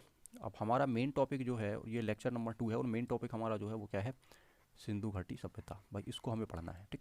इसके पहले मैंने आपको बता दिया कि जब सिंधु घाटी सभ्यता आप पढ़ने वाले हैं या आईबीसी पढ़ने वाले हैं, तो इसके पहले की स्थितियाँ क्या हैं, ठीक है। तो इसमें आप स्टोन एज वगैरह पढ़ लेते हैं, ठीक है ना। प्रागैतिहासिक काल है, आद्य ऐतिहासिक काल है, ठीक है। तो आद्य ऐतिहासिक काल तो आपका यही है, ठीक है, सिंधु घाटी सभ्यता। तो प्रागैतिहासिक काल को आप यहाँ पर देख लेते हैं, और इसके अंदर मैंने बताया था कि भाई प्रागैतिहासिक काल के अंदर ही आपको क्या मिलने वाला है, स्टोन एज आपका मिलने वाला है, ठीक है। या इसे हमने 3 भागों में डिवाइड भी किया था, जिसमें आपने देखा था कि भाई पुरापाषाण होता है, मध्य पाषाण होता है, और क्या होता है, नवपाषाण होता है, ठीक है ना। तो पुरापाषाण का जो समय है वो कितना माना जाता है आपका, 20 लाख से 10,000 माना जाता है। 1 मिनट, इसका समय जो है वो आपका कितना माना जाता है, 20 लाख से आपका कितना माना जाता है, 10,000 माना जाता है, ठीक है। मध्य पाषाण जो है ये 10,000 से आपका 4,000 या 5,000 के आसपास माना जाता है, ठीक है। और 4-5 हज़ार के बाद से आपका नवपाषाण काल जो है ना, वो हम देखेंगे तो ये आपका जो है वो 6,000 ईसा से 2,000 तक का जो समय पीरियड है आपका, वो आपका नवपाषाण माना जाता है। और इसके अंदर फिर हमने और टाइम डिवीजन किया था और चीज़ों को जाना था। तो एक लेक्चर है, मैंने बताया है आपको, बार बार मैं कह रहा हूँ कि भाई उसको आप ज़रूर देख लें, वहाँ से आपको ये चीज़ क्लियर हो रही होगी, ठीक। तो हम अपने टॉपिक के ऊपर आ जाते हैं। जो हमें टॉपिक पढ़ना है वो टॉपिक है हमारा क्या, सिंधु घाटी सभ्यता, ठीक, या एंशियंट इंडिया के अंदर हम पढ़ने वाले हैं इंडस वैली सिविलाइजेशन, ठीक, सिंधु घाटी सभ्यता। अच्छा, ये मैंने क्लियर लिखा हुआ है यहाँ पर कि भाई 19 तक आप वर्ल्ड हिस्ट्री पढ़ रहे थे, अब नहीं पढ़ना है। बार बार इसीलिए मैं लिख रहा हूँ कि भाई कुछ लोग अभी भी, जो न्यू एस्पिरेंट्स हैं, वो अभी भी परेशान होते हैं, ठीक है, चीज़ों में, कि यार क्या हमें अभी भी पढ़ना पड़ेगा, ऐसा ना हो कि एक आध क्वेश्चन हमसे पूछ ले। तो भैया नहीं पूछेंगे, है ना, क्योंकि क्लियर मेंशन किया हुआ है, तो क्वेश्चन अब नहीं आना है, तो हम इस चीज़ को बिल्कुल भूल जाएँ। हम इसको स्टार्ट करते हैं, सिंधु घाटी सभ्यता को या इंडस वैली सिविलाइजेशन को, ठीक है। सबसे पहले तो हम कुछ पुराने पेपर्स की बात कर लें यहाँ पर कि भाई 2015, 17 और 19 में यहाँ से सवाल बने हैं, ठीक है, या क्वेश्चंस आपसे पूछे गए हैं, ठीक है। तो हमें ये भी ध्यान रखना है कि कौन से टॉपिक से कितने क्वेश्चंस बने हैं और किस नेचर के क्वेश्चन बने हैं, तो हम उसके आधार पर कुछ आगे चीज़ों को डिसाइड कर पा रहे होंगे, ठीक है, और हम उनको पढ़ पा रहे होंगे, ठीक। जैसे सबसे पहले हम बात करें कि भाई क्या 2014 में कोई क्वेश्चन इस टॉपिक से आया था, नहीं आया। अब नहीं आया तो इसका मतलब ये नहीं कि नहीं हम पढ़े ही नहीं उस टॉपिक को, नहीं भाई, कभी भी कुछ भी कहीं से भी किसी टॉपिक से पूछा जा सकता है। इसलिए तो हमें सारे टॉपिक्स बताएं कि इन टॉपिक्स पर आपको अपना नॉलेज है ना लेकर रखना है, या चीज़ों को सीख अपना प्रैक्टिस करके रखनी है कि भाई हाँ 3 नंबर, 6 नंबर, 11 नंबर जो भी है, ठीक है। तो सबसे पहले देखें, आप 14 में सवाल नहीं आया, 15 में आया है सवाल, ठीक है। तो 15 मेंस में सवाल आया है और सवाल 3 नंबर का आया है, 3 मार्कर आया है, ठीक है। 3 मार्कर के उस समय लिमिट क्या थी आपकी भाई, 15 से 20 शब्द या 25 शब्द तक आप जा सकते थे, ठीक है। 15 से 20 लिखा हुआ है, ठीक है, आप इसको 10 कर दिया है, ठीक है, कोई दिक्कत नहीं है ना। तो इसमें आपसे क्या पूछा गया था, आपसे पूछा गया था मोहनजोदड़ो का बृहद स्नानागार, है ना, the great bath of Mohenjodaro, ठीक है। इसका मतलब क्या है भाई, कि ये टॉपिक जो है वो आपका किसके अंदर मिल रहा है आपको, तो आप जब साइट्स पढ़ोगे ना, तो उस साइट्स में आप क्या पढ़ोगे, हड़प्पा साइट्स पढ़ोगे, ठीक है। हड़प्पा के बाद आप क्या पढ़ोगे, मोहनजोदड़ो पढ़ोगे, है ना, साइट। तो मोहनजोदड़ो के अंदर ही आपको क्या मिलता है, बृहद स्नानागार मिलता है, ठीक है, अन्नागार मिलता है और बहुत सारी चीज़ें मिलती हैं, आगे मैं डिस्कस कराऊंगा, ठीक है। तो वही तो आपसे पूछा हुआ है। तो आप देख रहे हैं क्वेश्चन कैसे कहाँ से बन रहा है। इसका मतलब क्या है, इसका मतलब सीधा ये है कि हमें यहाँ पर एक बात का एनालिसिस करना है कि भैया यहाँ हम जो चीज़ें पढ़ रहे हैं उसमें कितना डीप जाना पड़ेगा। आप देखो कि मोहनजोदड़ो अगर आप पढ़ के चले जाओ पेपर में और उसने क्या पूछ लिया एग्जामिनर ने आपसे, बृहद स्नानागार को बताओ, तो आपको सबसे पहले तो एक छोटा सा प्लेन डायग्राम बना देना है कि ये बृहद स्नानागार इस तरीके का था और सारे फीचर्स मेरे हिसाब से आप पॉइंट्स करके यहाँ पर लिख दो, है ना, तो 3 नंबर आपको सॉलिड मिल जाएंगे, ठीक। दूसरा तरीका क्या हो सकता है, दूसरा तरीका ये हो सकता है कि आप 3 पॉइंट्स में या 4 पॉइंट्स में छोटे छोटे, जैसे मैंने भी बताए थे, वैसे आप इसको डिस्क्राइब कर दो कि भाई ये किस तरीके का था, ठीक है। जैसे मान के चलो अब 3 नंबर में अगर ये आ जाए तो हम क्या करें ना, पहले तो हमारे पास बहुत स्पेस था, ठीक है, हम चीज़ें कर पा रहे थे, पर बहुत ज़्यादा नहीं था, मतलब यहाँ ये मान सकते हैं आपकी डबल स्पेस था भाई। 20 शब्द बहुत होते हैं, 20 शब्द में आप अपनी बात को बहुत अच्छे से कह पा रहे होते हैं, पर आप शब्द कितने हैं, 10 है, मतलब इसका जस्ट हाफ है ना। और 100 शब्दों में हम जितनी बात कह पाते थे पहले, अब उसको हम 50 में कहना सीख ना हमें पड़ेगा, ठीक। तो अलग अलग फॉर्मेट्स आपके हो सकते हैं जिनमें आप चीज़ों को रिप्रेजेंट कर सकते हैं या शो कर सकते हैं या बता सकते हैं, ठीक। तो मोहनजोदड़ो का बृहद स्नानागार आपसे पूछा गया भाई 3 नंबर में, इसका मतलब है कि भाई कुछ भी पूछ सकते हैं, ठीक है। एक तो जो जितनी भी 15 से 20 साइट्स में आपको पढ़ाऊंगा उनको आप काफ़ी अच्छे से पढ़ें, ठीक है। फिर उनके अंदर जो पॉइंट्स निकल कर आ रहे हैं तो उन पॉइंट्स को हम ठीक से पढ़ेंगे, तो हम बड़े आराम से यहाँ पर पकड़ बना लेंगे, ठीक है, या अपनी कमांड बना लेंगे कि भाई हाँ इस सेक्शन से कोई भी चीज़ नहीं छूटने वाली है, ठीक है। और देखो एक बात विशेष ध्यान रखो कि आप जो भी चीज़ें पढ़ो है ना, उस चीज़ को सॉलिड पढ़ो, ठीक है। वहाँ से हम ऐसा ना हो कि भाई हम पढ़ने के बाद वहाँ से चीज़ों को नहीं कर पा रहे हैं ना, ये सबसे बड़ी एक मिस्टेक होगी कि तैयारी हमने करी पर हम उसको इम्प्लीमेंट नहीं कर पा रहे हैं ना, तो ये कहीं ना कहीं दिक्कत है। मेरे हिसाब से तो आप एक यूनिट छोड़ दो, है ना, जैसे आप नहीं पढ़ पा रहे हो या नहीं कवर कर पा रहे हो तो आप एक यूनिट छोड़ दो भाई, जो यूनिट लेंदी पड़ रही है आप उसको छोड़ दो, बट बाकी जो 4 पढ़ी है ना वो इतनी सॉलिड होनी चाहिए कि भैया वहाँ से नंबर ना कटें, नंबर हम सारे वहाँ से लेकर आ रहे हूँ, ठीक। मैक्सिमम नंबर हम वहाँ से निकाल पाएँ, ठीक है, तो हम अपना जो पोर्शन है उसको हम कवर कर लेंगे, है ना। तो सारी चीज़ें पढ़ना भी जरूरी नहीं है कि नहीं पूरा सिलेबस हम पढ़ लें, है ना। पढ़ना तो पूरा चाहिए, एक ईमानदारी वाली बात यह है कि भाई आपको सारा सिलेबस पढ़ना चाहिए, आपके पास समय पर्याप्त है, सारी चीज़ें पर्याप्त हैं, संसाधन है, सोर्स है, रिसोर्सेज हैं, ठीक है। तो पढ़ना तो सब चाहिए, पर अगर हम ऐसा कर सकें तो काफ़ी बेहतर होगा कि भाई हम कोई चीज़ टफ है या कोई चीज़ ऐसी है तो उसको हम छोड़ दें, है ना। एक अच्छी रणनीति ये मानी जाती है ना। ऐसा नहीं है कि भाई एक सीरियस एस्पिरेंट है तो हर चीज़ को हम गेन कराएं, हर चीज़ को हम नहीं। एक अच्छा स्टूडेंट, एक टॉपर आपको ये बताता है, या सीरियस स्टूडेंट ये बताता है कि भाई मैंने अपने टाइम में मेरे साथ ये प्रॉब्लम थी, मुझे मेरी ये वीकनेस थी, मेरी ये कमजोरी थी, तो मैंने इसको छोड़कर जो मेरी चीज़ें सॉलिड थी मैंने उनके ऊपर ही डबल काम किया, तो फिर मैंने मेरी जो वीकनेस थी वो छुप गई और चीज़ें बेहतर हो गई और मैं टॉपर बन गया या मेरे नंबर ये ले आया। तो ऐसा कुछ आपने सुना होगा इंटरव्यूज में ना, तो ऐसा बताते हैं, ठीक। तो बिल्कुल सही है, रणनीति आपकी बिल्कुल होनी चाहिए, रणनीति खुद की होनी चाहिए, है ना। सामने वाला तो आपको 50 रणनीतियाँ बता देगा, है ना, ठीक है, पर क्या वो आपके ऊपर इम्प्लीमेंट हो रही हैं? नहीं। तो रणनीति खुद की होनी चाहिए, ठीक है, स्ट्रेटेजी खुद की होनी चाहिए, सुने सबकी करें मन वाली बात आपको यहाँ पर आती है, ठीक। तो यहाँ पर जो बात मैं आपको कहना चाह रहा था कि भाई यहाँ पर क्या लॉजिक निकल कर आ रहा है, क्या एनालिसिस निकल कर आ रहा है, तो आप उस बात को समझ पा रहे होंगे बहुत अच्छे से ना, कि भाई सवाल किस तरीके से बना है। इसका मतलब क्या है भाई, अगर ये सवाल आया है 15 में तो कभी भी आ सकता है, हमें इसके लिए तैयार रहना है, ठीक।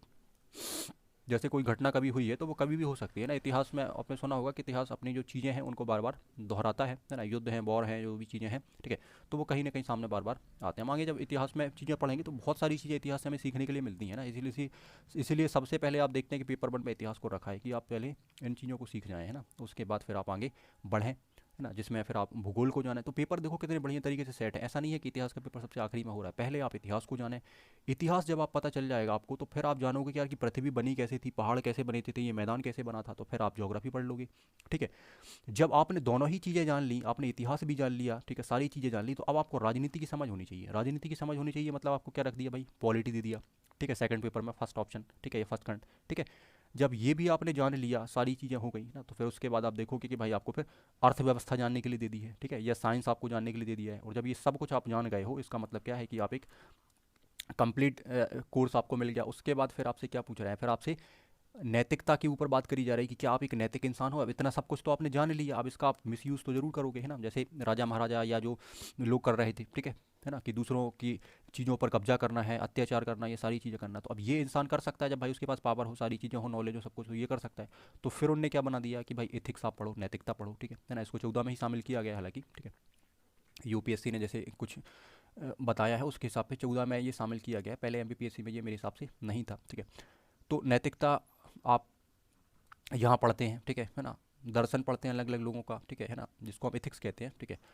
तो उसको आप पढ़ते हो, साथ ही साथ आप पब्लिक एडमिनिस्ट्रेशन को पढ़ते हो, ठीक है। फिर आपको हिंदी की समझ होनी चाहिए, है ना। फिर आप निबंध लिख कर आते हो कि भाई हाँ हिंदी की हमको समझ है, हिंदी बहुत अच्छे से बन जाती है, ठीक ठाक बन जाती है, तो फिर आप एक निबंध लिख के बताएंगे, है ना, सारी चीज़ें, है ना, ठीक। तो किस तरीके से आप देखो कि हाँ एक पेपर नंबर 1 से 6 तक बढ़िया तरीके से सारी चीज़ें क्या करी गई हैं आपकी, सेट करी गई हैं, जो एक बिल्कुल लॉजिक के हिसाब से बनती हैं कि हाँ ये चीज़ पहले पता होनी चाहिए, फिर ये पता होनी चाहिए, फिर ये पता होनी चाहिए ना। पर पेपर में आपको ऐसा नहीं करना कि नहीं आप पहला पेपर 1 कंप्लीट करोगे, जब ये पूरा हो जाएगा फिर आप 2 को पढ़ोगे, फिर 3 को नहीं। आप एक साथ भी 2 या 3 पेपर पढ़ सकते हैं ना, क्योंकि हमें तो भाई सिलेबस कंप्लीट करना है, टाइम पर, है ना, हमें इन चीज़ों में नहीं पढ़ना, ठीक। तो वापस आ जाते हैं, क्योंकि भाई चीज़ें तो बहुत हैं बात करने के लिए, है ना, तो हम मेन टॉपिक पर आ जाते हैं, अदरवाइज़ फिर आपका लेक्चर का टाइम भी 1 घंटे हो जाएगा और हम चीज़ों पर बात नहीं कर पा रहे होंगे, ठीक है। चलिए, तो आप देखेंगे यहाँ पर 2017, ठीक है, 2017 में अगर हम बात करें भाई 16 में क्वेश्चन नहीं बना होगा, है ना, इसका मतलब है, ठीक है। एक बार आप भी चेक इसको करें, अगर कोई चीज़ छूट गई है तो मुझे मैसेज करके ज़रूर बताएं, है ना, ठीक है, क्योंकि कई बार ऐसा हो जाता है, ठीक। 17 में आप देखेंगे तो भाई 6 नंबर में आपसे पूछा गया था मुख्य परीक्षा में, ठीक है, 100 वर्ड्स के अंदर, कि सिंधु घाटी सभ्यता के पतन पर एक टिप्पणी लिखें, है ना। अब आप देखो 6 नंबर का क्वेश्चन या 5 नंबर का क्वेश्चन कैसे बनता है, ठीक। तो सिंधु घाटी सभ्यता के पतन पर आपसे टिप्पणी लिखने के लिए बोला गया है। तो अब आप इसको, अगर मैं 100 शब्दों वाली बात करूँ, है ना, तो 100 शब्दों वाली बात में क्या होगा कि भैया 2 लाइन का तो आप क्या बढ़िया ऐसा एक इंट्रोडक्शन दो, सिंधु घाटी सभ्यता की जो भी बहुत बेहतरीन चीज़ें आपको पता है उनको आप 2 लाइन में बढ़िया यहाँ पर खत्म कर दो, है ना, कि भाई सिंधु घाटी सभ्यता इतनी महान थी, है ना, दुनिया की एक अनोखी सभ्यता थी जो सबसे अलग थी, है ना, सबसे महान थी, सभ्य लोग थे, जो भी आपके दिमाग में यहाँ पर चल रहा है वो सारा 2 लाइन में आप यहाँ पर अच्छे वाले जो पॉइंट्स हैं उनको आप यहाँ पर रख सकते हैं, ठीक। फिर अब आप बचे आपके पास 80 शब्द। तो 80 शब्दों में आप 70 शब्दों में बढ़िया अपना यहाँ पर जो मेन कार्यक्रम है उसको खत्म करें, ठीक है ना, मेन चीज़ें जो है, ठीक। कि पतन के लिए, है ना, जिम्मेदार जो कारक हैं उनको आप सामने लेकर आएँ। इतिहासकारों के मत आप यहाँ पर बताएं, उनको कोट करें कि भैया इस इतिहासकार ने ऐसा कहा है, ठीक है, इस व्यक्ति ने ऐसा कहा है, इस व्यक्ति ने ऐसा कहा है। और लास्ट की लाइन में एक निष्कर्ष आप यहाँ रख दें कि भैया मेरा सजेशन ये है, मैं ऐसा मानता हूँ ना। अब आपको अपने मन की बात नहीं डालना कि आपने कोई भी बात यहाँ पर उठा के अपने मन की रख दी, आपको एक सटीक बात, सही बात करनी है जिससे लगे कि हाँ आप एक अच्छी सोच रखते हो, ठीक है, एक अच्छे इंसान हो और आपका पेपर निकलना चाहिए, आपको ये पोस्ट मिलनी चाहिए। तो ऐसी वाली बात आपको यहाँ पर रखनी है, वो सब आपको बताया जाएगा क्या करना क्या नहीं करना आगे, ठीक है ना। सारी चीज़ों पर डिस्कशन करेंगे। देखो आप आपको थोड़ा सा यहाँ पेशेंस रखना है लेक्चर में ना, परेशान नहीं होना। आगे बहुत सारे लेक्चर हिस्ट्री के होंगे, है ना, और लगभग आप ये मान के चलो कि मैं मेरी कोशिश ये रहेगी कि एंशियंट इंडिया या 10वीं शताब्दी तक तो मैं आपको सारा कुछ यूट्यूब के ऊपर फ्री ऑफ कॉस्ट यहाँ पर बढ़िया तरीके से पढ़ा दूँ, है ना। फिर आगे जैसा भी होगा हम आगे बात करेंगे, है ना। पेपर वन पूरा पढ़ाना संभव नहीं है कि आप यूट्यूब के ऊपर पूरा पढ़ा दो, क्योंकि ऐसा करना कहीं ना कहीं एक तरीके से सही भी नहीं है, और फिर थोड़ा सा प्रॉब्लम भी क्रिएट होने लगते हैं, ठीक है। कि अगर सब कुछ मेंस का यहाँ पर फ्री ऑफ कॉस्ट पढ़ा दिया जाए तो फिर दूसरे लोगों को परेशानी भी होगी, है ना, ठीक। तो इतना तो हम करते हैं भाई, यूनिट वन तो कंप्लीट करते हैं अच्छे तरीके से, है ना, तो उससे आपको एक आइडिया लग जाएगा कि चीज़ें हम समझ पा रहे हैं कि नहीं, ठीक है।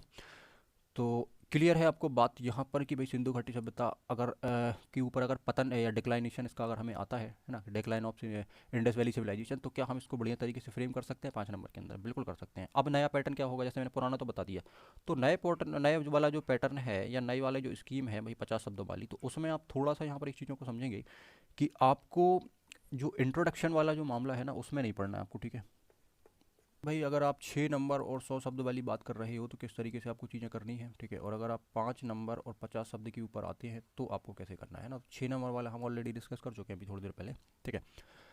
5 नंबर में आपके पास अलग अलग फॉर्मेट हो सकते हैं। देखो कोई क्वेश्चन किस फॉर्मेट में लिखना है ये हमें डिसाइड करना पड़ेगा। अगर मैं आपसे कहूँ कि भाई मेरे पास 5 नंबर वाले क्वेश्चन के लिए 10 फॉर्मेट पहले से रेडी हैं, है ना, कि अगर कोई सवाल 5 नंबर में ये पूछता है तो हम ऐसे लिखेंगे, ये पूछता है तो हम ऐसे लिखेंगे, ये पूछता है तो हम ऐसे लिखेंगे, और ये पूछता है तो हम ऐसे लिखेंगे। जैसे अब उसने मान के चलो कि भाई आपसे फीचर पूछ लिए, विशेषताएं पूछ ली है ना, तो आप क्या करोगे, बढ़िया तरीके से एक लाइन का इंट्रोडक्शन दोगे, और जो भी आपके दिमाग में पॉइंट्स हैं तो चाहो तो आप उनके उनके 5 पॉइंट बना सकते हो, 6 पॉइंट बना सकते हो, और ज़्यादा चीज़ें आपके दिमाग में है कि भाई मैं तो 10-15 चीज़ें जानता हूँ, तो आप 7-8 पॉइंट बना लें, पर पॉइंट छोटे बनाएं। जैसा मैंने अभी बताया था, एक पॉइंट के अंदर आपके 3-4 शब्द होने चाहिए, ज़्यादा से ज़्यादा 4 से 5 शब्द हों। अब मान के चलो कि एक पॉइंट के अंदर अगर आप 5 शब्द डाल रहे हो, ठीक है, और आपने 8 पॉइंट बनाए हैं, तो आप देखो कि भाई 5 8 कितना हो जाएगा, 40 शब्द आपके हो गए, और 10 शब्द में आप बढ़िया छोटा सा इंट्रोडक्शन और एक छोटा सा निष्कर्ष भी दे सकते हो चाहो तो, है ना। तो आप ये चीज़ सोचो कि हम कितने फॉर्मेट बना सकते हैं अलग अलग तरह के हर चीज़ के लिए। देखो जब 10 क्वेश्चन आपके पास जब आएंगे ना, आप समझो 10 क्वेश्चन जब आएंगे तो क्या 10 क्वेश्चन सेम आएंगे? हर क्वेश्चन में आपसे टिप्पणी पूछ रहा होगा? बिल्कुल नहीं भाई। 2 क्वेश्चन में हो सकता है विशेषताएं पूछ रहे हो, 2 में आपसे कारण पूछ रहे हो, 2 में आपसे सजेशन पूछ रहे हो, ठीक है, 2 में आपसे टिप्पणी पूछ रहे हो। तो भैया फॉर्मेट भी हम वैसे ही रखें ना, कि 2 क्वेश्चन का फॉर्मेट ये रखा, एक का ये रखा, एक का फॉर्मेट ये वाला रखा, एक का ये वाला रखा। तो जब 10 तरह से आप चीज़ों को रिप्रेजेंट करोगे तो आप देखो आपकी कॉपी कितनी बढ़िया लगेगी, है ना। हर क्वेश्चन का एक अलग फॉर्मेट आपने बना के रखा है। कहीं आपने क्या किया, ग्राफ बना दिया कि भाई इस तरीके से आपने पॉइंट्स बता दिए, ठीक है। कहीं आपने जैसे कोई टाइम पीरियड की बात कर रहे हैं तो आपने बार ग्राफ बना दिया, इस तरीके से बता दिया कि भाई 2000 में स्थिति ये थी, इसमें ये थी, इसमें ये थी, और 2 लाइन में आपने यहाँ दे दिया, 2 लाइन में यहाँ दे दिया। तो कम समय में भी कर पाओगे, ठीक है, और कॉपी आपकी बहुत बेहतरीन बन रही होगी, ठीक है ना, सबसे यूनिक सबसे अलग दिख रही होगी। तो ये चीज़ भी हमें लेकर चलना है कि जब हम आंसर राइटिंग कर रहे हो तो अपनी कॉपी को हमें बहुत स्पेशल बनाना है, कि भाई कॉपी से ही सब कुछ होना है, कॉपी ही आपकी देखी जाएगी, है ना, मीन्स में आप से बाद में मिला जाएगा, जब आपका मेंस क्लियर होगा तब आप इंटरव्यू में बात कर रहे होंगे, लेकिन सबसे पहले तो कॉपी ही बात कर रही होगी ना। तो अपनी कॉपी को ही आपको तैयार करके भेजना है ना, युद्ध के लिए, जिससे क्या हो कि आराम से आप क्या कर पाओ, विजय प्राप्त कर पाओ, ठीक है। तो कॉपी के ऊपर काम करना है, ठीक है। तो 10 क्वेश्चन तो तय है कि भाई 5 नंबर वाले 10 क्वेश्चन आएंगे, पर उन 10 क्वेश्चन के अंदर आप सोचो कि अगर मैं 10 तरह के इम्प्लीमेंटेशन करूँ, है ना, हर क्वेश्चन को मैं अलग तरीके से लिखने की कोशिश करूँ, शब्द वही हैं, सारी चीज़ें वही हैं, पर नया क्या है, नया ये है कि भाई मैं हर क्वेश्चन को अलग फॉर्मेट में लिख रहा हूँ। तो एग्जामिनर को चीज़ पसंद आएगी कि भाई हाँ बढ़िया तरीके से आपने सारी चीज़ों को बताया है, और देखते ही से समझ में आ रहा है कि हाँ ये कारण है, ये निष्कर्ष है, ये ऐसा है, ये ऐसा है, ठीक है। तो ये चीज़ आप देखो कि हाँ बिल्कुल अलग है, ठीक। तो इस बात पर आपको काम करना है, और ये इसके लिए हमें क्या करना पड़ेगा, आंसर राइटिंग की प्रैक्टिस करनी पड़ेगी, जो हम अलग से कर रहे होंगे। क्योंकि अगर हम लेक्चर के बीच में आंसर राइटिंग करने यहाँ अभी बैठ जाएंगे, है ना, तो फिर क्या होगा कि 1 घंटे में तो केवल हम फॉर्मेट ही क्लियर कर पाएंगे कि भाई 10 फॉर्मेट क्या है ना, तो टॉपिक से भी भटक जाएंगे और चीज़ों में फिर क्या होगा, बड़ा कन्फ्यूजन सा होगा। तो हम यहाँ पर लेक्चर ही चलने देते हैं, ठीक है। इन सबको हम या तो अलग से हम इसी दूसरे वीडियो में बात कर लेंगे, ठीक है, या टॉपिक कंप्लीट होने के बाद हम 3 नंबर लिख के देखेंगे, 6 नंबर लिख के देखेंगे, और एक हम 11 नंबर, या 3 नंबर 5 नंबर और हम 11 नंबर लिख कर देखेंगे, ठीक है। देखो बार बार 6 नंबर ही आता है तो इसको ख़त्म कर देते हैं, ठीक है। चलो इसके बाद आप नेक्स्ट देखो, 19 में तो आपसे 15 मार्कर पूछा है, ठीक है, 15 मार्कर पूछा है 300 वर्ड में, ठीक है, 19 में, है ना। 19 मतलब जो अभी रिसेंटली एग्जाम हुआ है, ठीक है, मेंस का, उसमें, है ना, इसी साल, ठीक। तो हड़प्पा सभ्यता की आर्थिक स्थिति का वर्णन कीजिए, है ना। इसमें आपसे क्या पूछा है, हड़प्पा सभ्यता की आर्थिक स्थिति। अब आप एक चीज़ समझो जरा,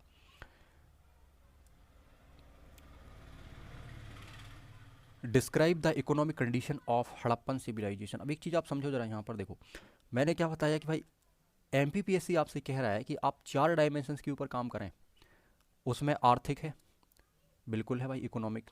अब भी हमने पढ़ा है थोड़ी देर पहले, या हमने जैसे कल भी लेक्चर में देखा था कि हाँ, आर्थिक तो है, पॉलिटिकल भी है, सांस्कृतिक है, सामाजिक है, तो बिल्कुल है। मतलब आप चाहे वैदिक सिविलाइजेशन पढ़ो, चाहे आप मौर्य डायनेस्टी पढ़ो, चाहे आप कुछ भी पढ़ो, ठीक है ना। तो इन पॉइंट्स के ऊपर बात करना जरूरी है, ठीक। और बात नहीं करना इन पे, हमें इतना कंटेंट बना के रखना है कि हम 11 नंबर में डिलीवर कर सकें, तब काम बन पाएगा। अब हड़प्पा सभ्यता आपने पूरी पढ़ ली भाई, साइट्स अपने रट रट डाले, सारे साइट्स पढ़ लिए, क्या उसके अंदर हमें एविडेंस मिले हैं वो आपने रट डाले, सब कुछ कर लिया।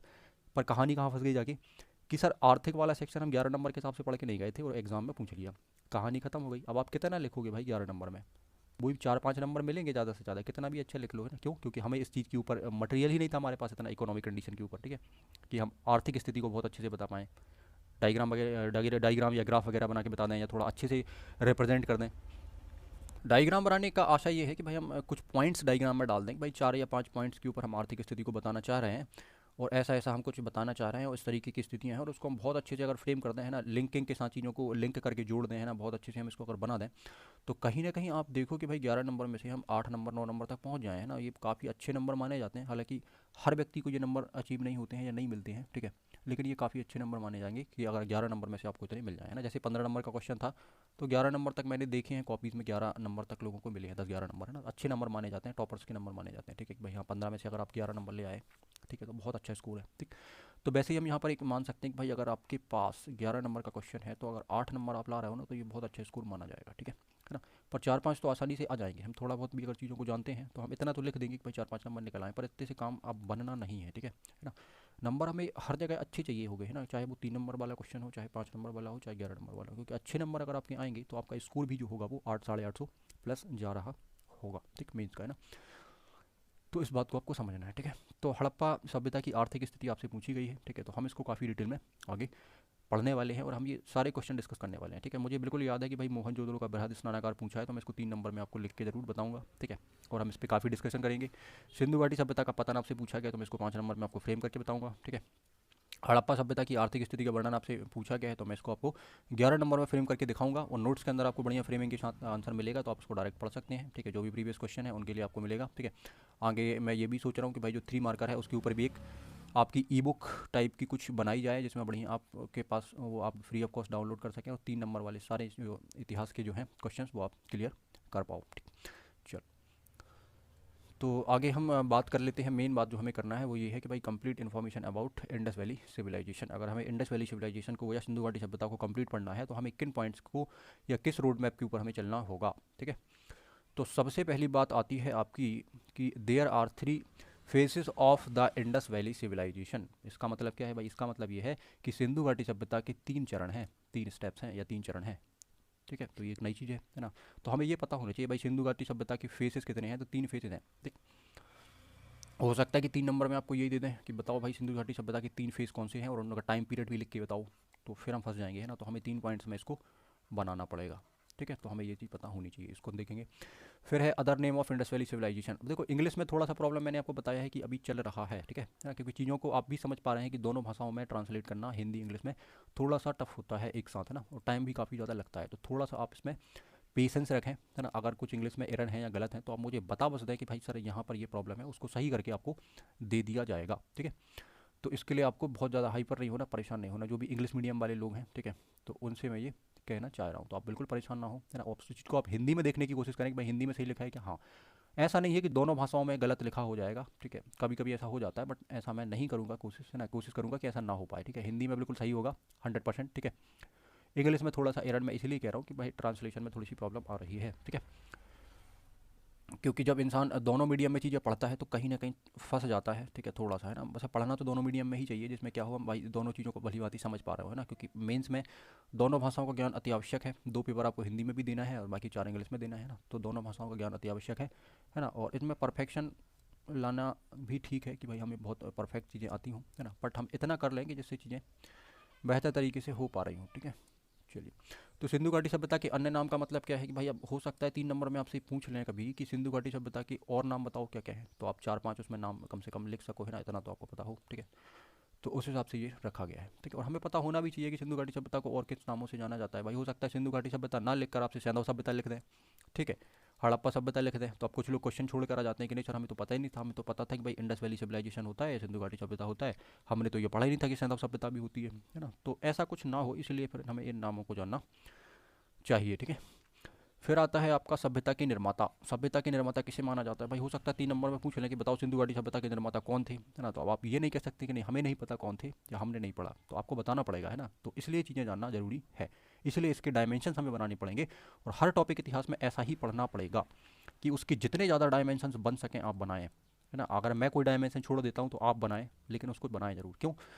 क्योंकि आप देख रहे हो ये नेचर ऐसा कुछ है ना एमपीपीएससी का, कि डायमेंशंस में चीज़ें आपसे पूछी जा रही हैं, चाहे वो 3 नंबर हो, है ना, 5 नंबर हो या 11, तो डायमेंशंस के हिसाब से चीज़ें आपसे पूछी जा रही है। जैसे आप देखो एक डायमेंशन आपसे पूछ लिया अभी, है ना, 15 नंबर में, ठीक है ना। फिर कोई चीज़ आपसे 3 नंबर में पूछ ली, तो इस चीज़ को आपको ध्यान रखना है, ठीक। अब ऐसा नहीं होगा कि कोई बहुत बड़ी चीज़ आपसे 3 नंबर में पूछ ली जाए, है ना, ठीक है, कि पतन है, जैसे पतन के कारण है, या मैं अभी कहूँ कि भाई जो 15 नंबर वाला क्वेश्चन था कि बताओ सिंधु घाटी सभ्यता की आर्थिक स्थिति कैसी थी, 3 नंबर में नहीं संभव बन पाता है कि 3 नंबर में ये चीज़ आपसे पूछी जाए, है ना। तो 5 नंबर तक ज़्यादा से ज़्यादा बन सकता है कि भाई आर्थिक स्थिति 5 नंबर में आ गई तो हम ठीक है लिख देंगे 5-6 पॉइंट बढ़िया से, ठीक है। बट 3 नंबर में पॉसिबल नहीं है, ठीक है। वैसे हो तो कुछ भी सकता है बीपीएससी में, बट हम ये मान के चलते हैं कि भाई ऐसा कुछ तो नहीं होना चाहिए, ठीक है। एरिया की बात करते हैं, क्षेत्रफल की बात करते हैं। अब ये क्यों पढ़ना है? क्योंकि भैया हो सकता है आपसे पूछ लें 3 नंबर में, है ना, कि बताओ सिंधु घाटी सभ्यता का एरिया कितना है। क्यों? क्योंकि एक लाइन में ये तो लिख पाओगे आप कि भैया इतने वर्ग किलोमीटर था और उत्तर से दक्षिण इतना था, पूर्व से पश्चिम इतना था, ऐसा था, तो ये सारा कुछ हो जाएगा, है ना, कि संभव 3 नंबर में।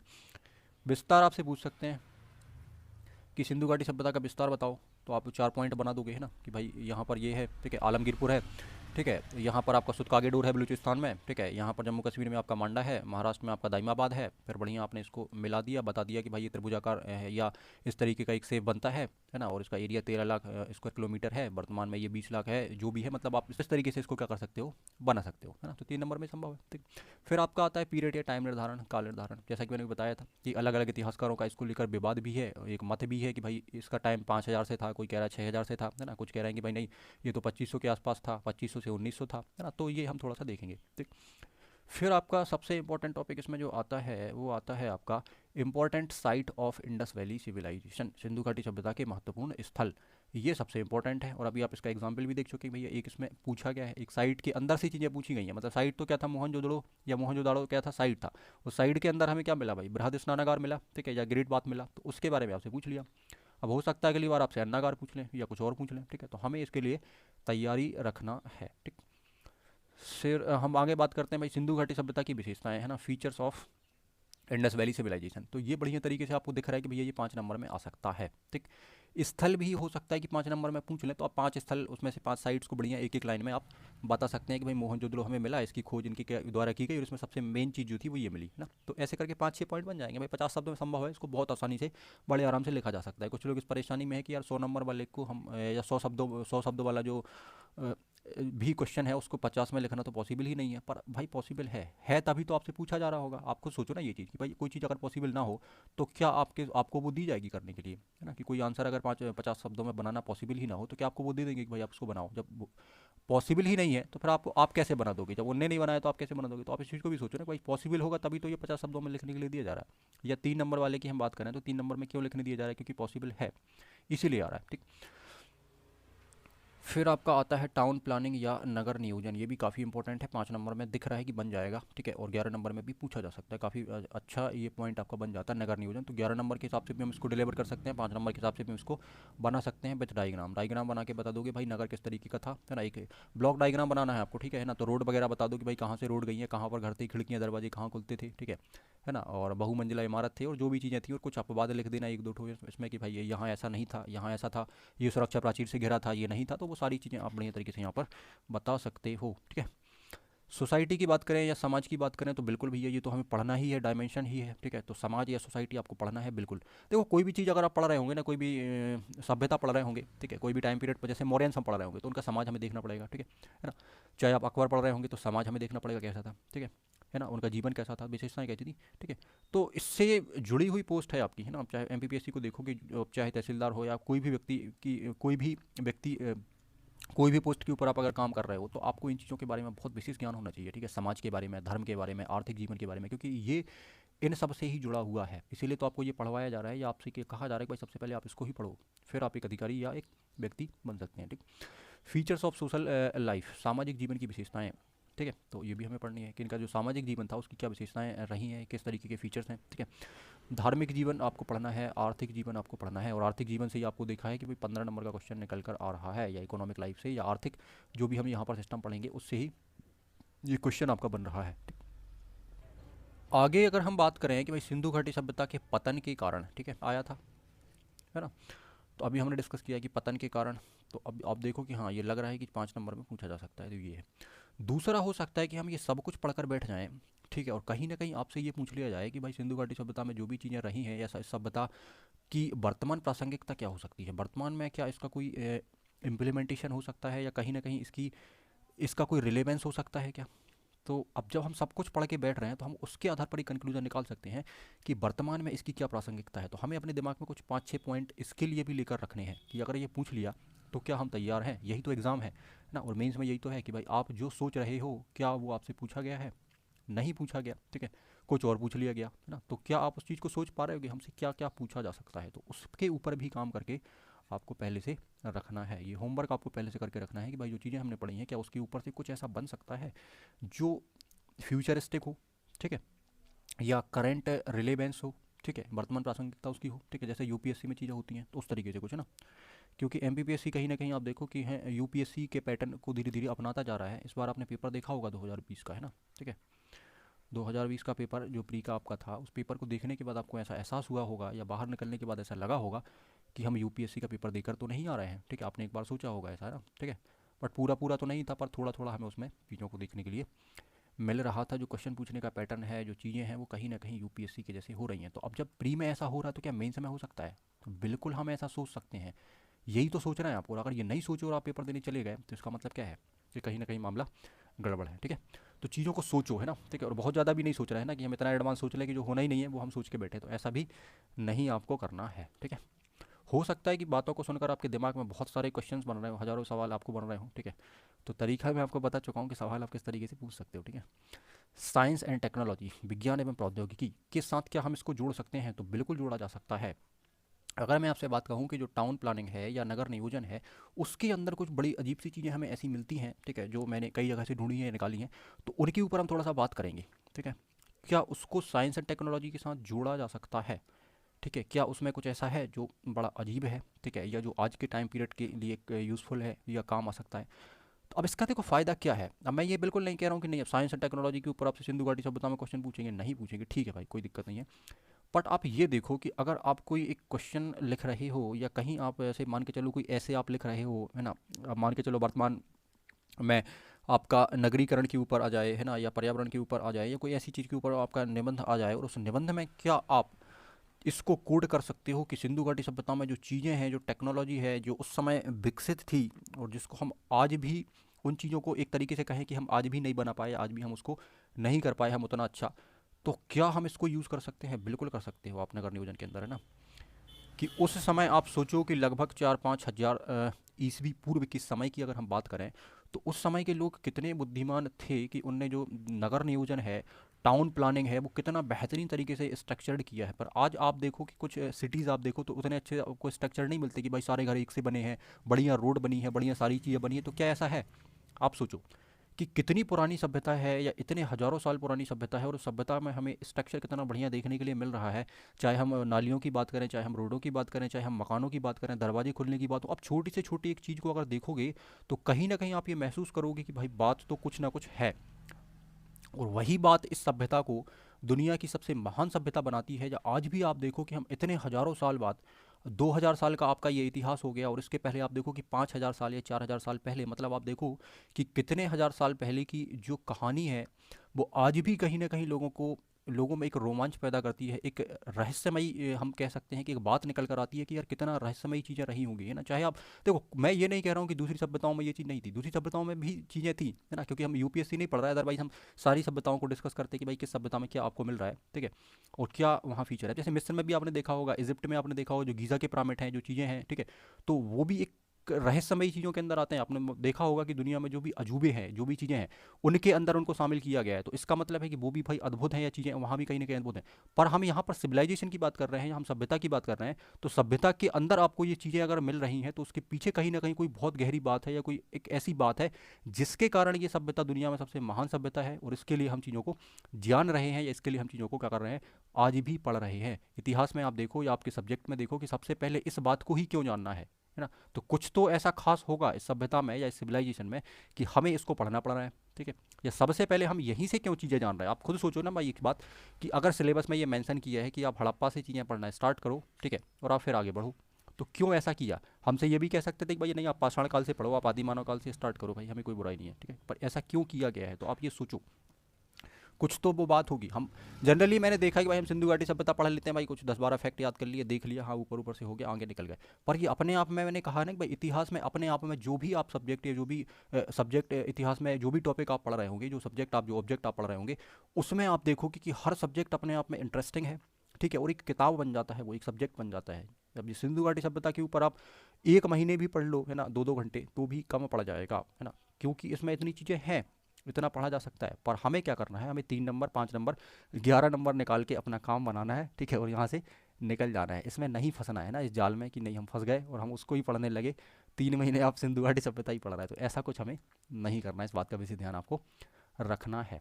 तो उम्मीद है आपको ये पॉइंट सारे समझ में आए होंगे कि इंडस वैली सिविलाइजेशन के अंदर क्या क्या बनता है, ठीक है, क्या क्या पढ़ा जा सकता है, ठीक है, और कितने डायमेंशंस बन सकते हैं। अगर इसमें कुछ डायमेंशंस कम होंगे तो मैं आगे आपको कवर करा दूंगा, ये अलग से इसके ऊपर वीडियो मिल जाएगा। और आपको अगर इसमें लगता है कि सर कोई पॉइंट छूटा हुआ है, तो आप उसको मैसेज कर सकते हैं, मैं इसमें वो पॉइंट ऐड कर दूंगा। और आगे हम, अभी हमारे लेक्चर्स खत्म नहीं हुए, ये सिंधु घाटी जो सभ्यता है वो टॉपिक खत्म नहीं हुआ है। लगभग इसमें 4-5 लेक्चर आपके लग रहे होंगे, 2 लेक्चर तो कंप्लीट हो गए हैं, है ना। और हालांकि हम अभी कुछ ज़्यादा नहीं कर पाए, पर हम काम की चीज़ें बहुत सारी सीख पाए हैं, जो कहीं ना कहीं मैं मान के चल रहा हूँ कि आपके फ्यूचर के लिए, या आपके प्रेजेंट के लिए, या जो लोग, जो एस्पिरेंट्स नए हैं, ठीक है, तैयारी कर रहे हैं, या जो करने वाले हैं, जो 21 का एग्ज़ाम देंगे, या जिनका टारगेट 22 का है, तो उनके लिए कहीं ना कहीं चीज़ें बेहतर ये होने वाली हैं। मैं ये मान के चल रहा हूँ कि आपको थोड़ा सा तो यहाँ से फ़ायदा मिलने वाला ज़रूर है, ठीक है। और अगर आपको थोड़ा सा भी लग रहा है कि भाई चीज़ें बेहतर बताई जा रही है, या थोड़ा सा हमें ऐसा लग रहा है कि हाँ हमारे काम की कोई चीज़ यहाँ पर है, तो आप ज़रूर उसको लाइक करें, ठीक है ना। और चीज़ों को मेरे तक पहुँचाएं, जिससे मैं और बेहतर करने की कोशिश करूँ, है ना। क्योंकि टाइमिंग के कारण, है ना, यूट्यूब के ऊपर कुछ भी बेहतर अभी तो मैं नहीं कर पाया, और ना कुछ बेहतर हो पाया, है ना। तो मैंने लेक्चर भी नहीं डाले हैं एक भी, है ना, ठीक है।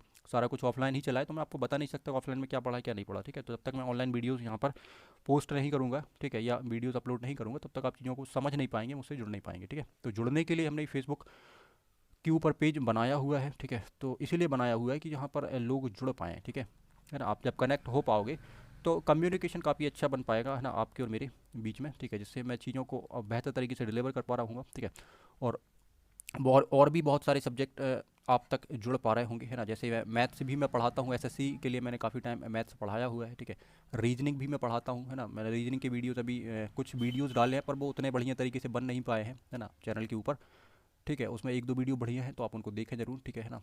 और रीजनिंग में तो टॉपिक उसमें मैंने बिल्कुल भी नहीं डाले हैं। मैथ्स में तो शायद एक भी टॉपिक मैंने नहीं डाला है ना। परसेंटेज है, प्रॉफिट लॉस, मैं सोच रहा था कि इस पर वीडियो बनाया जाए, तो बहुत जल्दी आपको मिलने वाला है ना। तो उसको भी हम बहुत अनोखे अंदाज में मैथ्स रीजनिंग को पढ़ते हैं। आपने 1-2 वीडियो से थोड़ा बहुत देखा होगा, नहीं देखा तो कोई दिक्कत नहीं, आप आगे देखेंगे, ठीक है।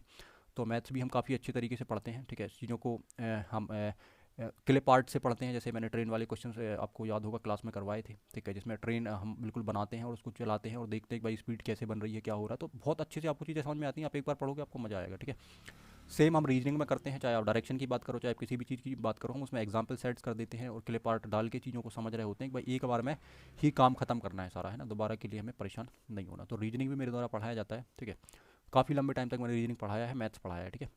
उसके बाद जीएस भी मैं ही पढ़ाता हूँ, ठीक है। जीएस में आप लगभग 10-12 सब्जेक्ट मुझसे पढ़ सकते हैं। कंप्यूटर तो मैं पढ़ाता ही हूँ सब्जेक्ट, है ना, ठीक है। साथ ही साथ आप देखोगे कि हिस्ट्री मुझे काफ़ी अच्छा लग रहा है ना। तो क्योंकि अच्छा देखो इसलिए लग रहा है क्योंकि यूपीएससी के टाइम मैंने ऑप्शनल भी हिस्ट्री लिया था, हिस्ट्री मैंने पढ़ा था, और एमपीपीएससी में भी काफ़ी टाइम मैंने हिस्ट्री पढ़ा है।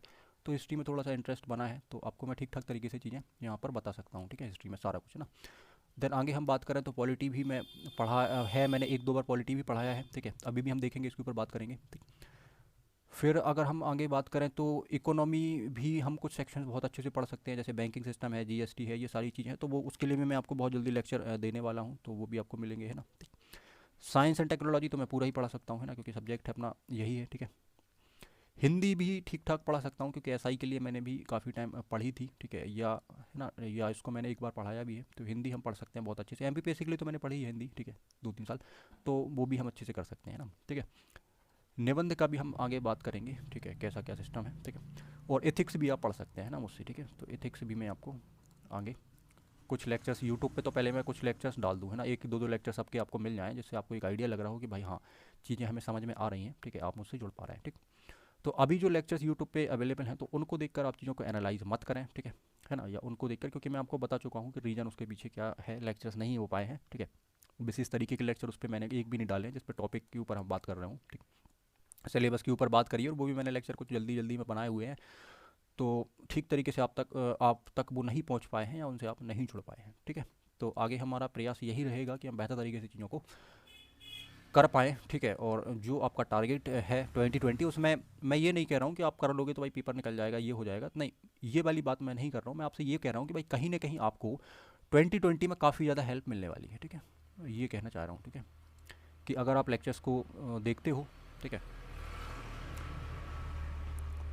तो मैं ये कहने वाला हूँ कि अगर आप लेक्चर्स को रेगुलर देखते हो, ठीक है, या आप मुझसे कनेक्ट होते हो, तो कहीं ना कहीं आपको एग्जाम्स के लिए काफ़ी ज़्यादा हेल्प मिल रही होगी, है ना। आप जहाँ से भी पढ़ रहे हैं पढ़ें, कोई दिक्कत नहीं है ना, बहुत बढ़िया लोग यूट्यूब के ऊपर पढ़ाते हैं, ठीक है ना, बहुत सारी कोचिंग्स हैं, बहुत सारी चीज़ें हैं, ठीक है ना, और हो सकता है कि आप भी कोई कोचिंग में चीज़ें पढ़ रहे हों, बुक्स हैं, मटेरियल हैं, बहुत अच्छी चीज़ें आपके पास अवेलेबल हैं, ठीक है ना, इस समय, ठीक है।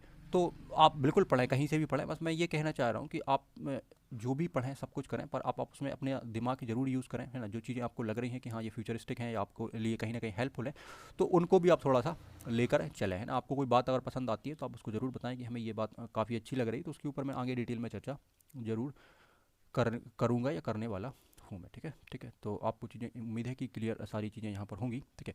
और इसी के साथ हम ये लेक्चर अभी आपका ख़त्म करते हैं। कल हम इन पॉइंट्स पर वन बाय वन डिस्कशन करेंगे। हम एक दिन एआई क्लास के अंदर लगभग हम कोशिश करेंगे कि भाई 3 से 4 पॉइंट हम एक क्लास के अंदर ख़त्म कर पाएँ। तो अगले 3 या 4 लेक्चर के अंदर आप सिंधु घाटी सभ्यता को काफ़ी अच्छे तरीके से पढ़ पा रहे होंगे, ठीक। देन इसके बाद फिर हम वैदिक सिविलाइजेशन या वैदिक सभ्यता को ख़त्म करेंगे, तो उसमें भी आपके 4, 5 या 6 लेक्चर लग रहे होंगे, ठीक है। वैदिक सभ्यता में हम बहुत अच्छे से डिटेल में पढ़ेंगे, ठीक है। ऋग्वैदिक काल को हम पूरा जानेंगे, हर एक फैक्ट, हर एक चीज़, ठीक है। एक क्वेश्चन आपका वहाँ से नहीं बचेगा, ठीक है, और ना ही ऐसा कोई क्वेश्चन होगा, कोई टॉपिक होगा जो आपको छूट रहा होगा, ठीक है। दोनों ही फेज हम उसके पढ़ने वाले हैं वैदिक सभ्यता के, ठीक है, जिसमें हम अगर बात करें तो ऋग्वैदिक हम पढ़ेंगे, ठीक है, जिसको पूर्व वैदिक भी कहते हैं, ठीक है, और एक आपका उत्तर वैदिक, ठीक है ना। तो इसको हम पढ़ने वाले हैं। देन इसके अंदर जो भी चीज़ें हैं, है ना, चाहे वो प्रशासन हो, चाहे वो इकाइयाँ हो, या जिस जिस तरीके से भी चीज़ें बनी हैं, कबीले हैं, जो भी चीज़ें हैं उसके अंदर, ठीक है ना। और फिर हम अगर साहित्य की बात करें तो वैदिक साहित्य को हम अलग से पढ़ेंगे, जिसमें जितने भी धर्म ग्रंथ हैं उनके बारे में डीप जाकर हम बात करेंगे कि यार ये कैसे बने हैं, इनका ओरिजिन पॉइंट क्या था, किस तरीके से ये बनते हैं, कितने टाइप के हो सकते हैं, किसका मीनिंग क्या है, और हर चीज़ को मैं एग्जाम्पल के साथ आपको समझाऊंगा, जिससे चीज़ें दिमाग में बेहतर तरीके से सेट हो रही होंगी। तो इतिहास अब आप का जो सब्जेक्ट है वो काफ़ी इंटरेस्टिंग बनने वाला है, ठीक है।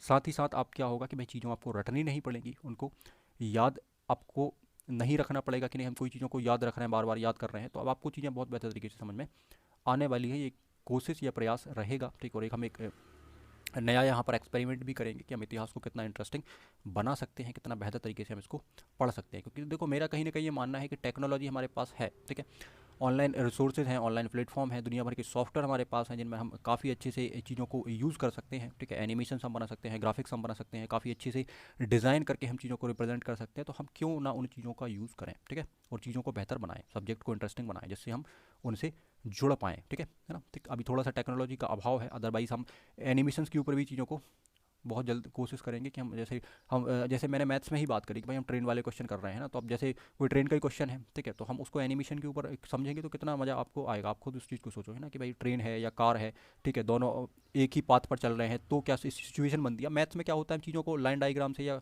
कॉपी पेन या बोर्ड के ऊपर समझते हैं, उतना मज़ा नहीं आता है ना, कि भाई ये ट्रेन यहाँ से 60 की स्पीड से जा रही है, ये ट्रेन यहाँ से इस स्पीड से जा रही है ना, दोनों का टाइम कब सेम होगा, कब दोनों मीट करेंगी, कब क्या होगा।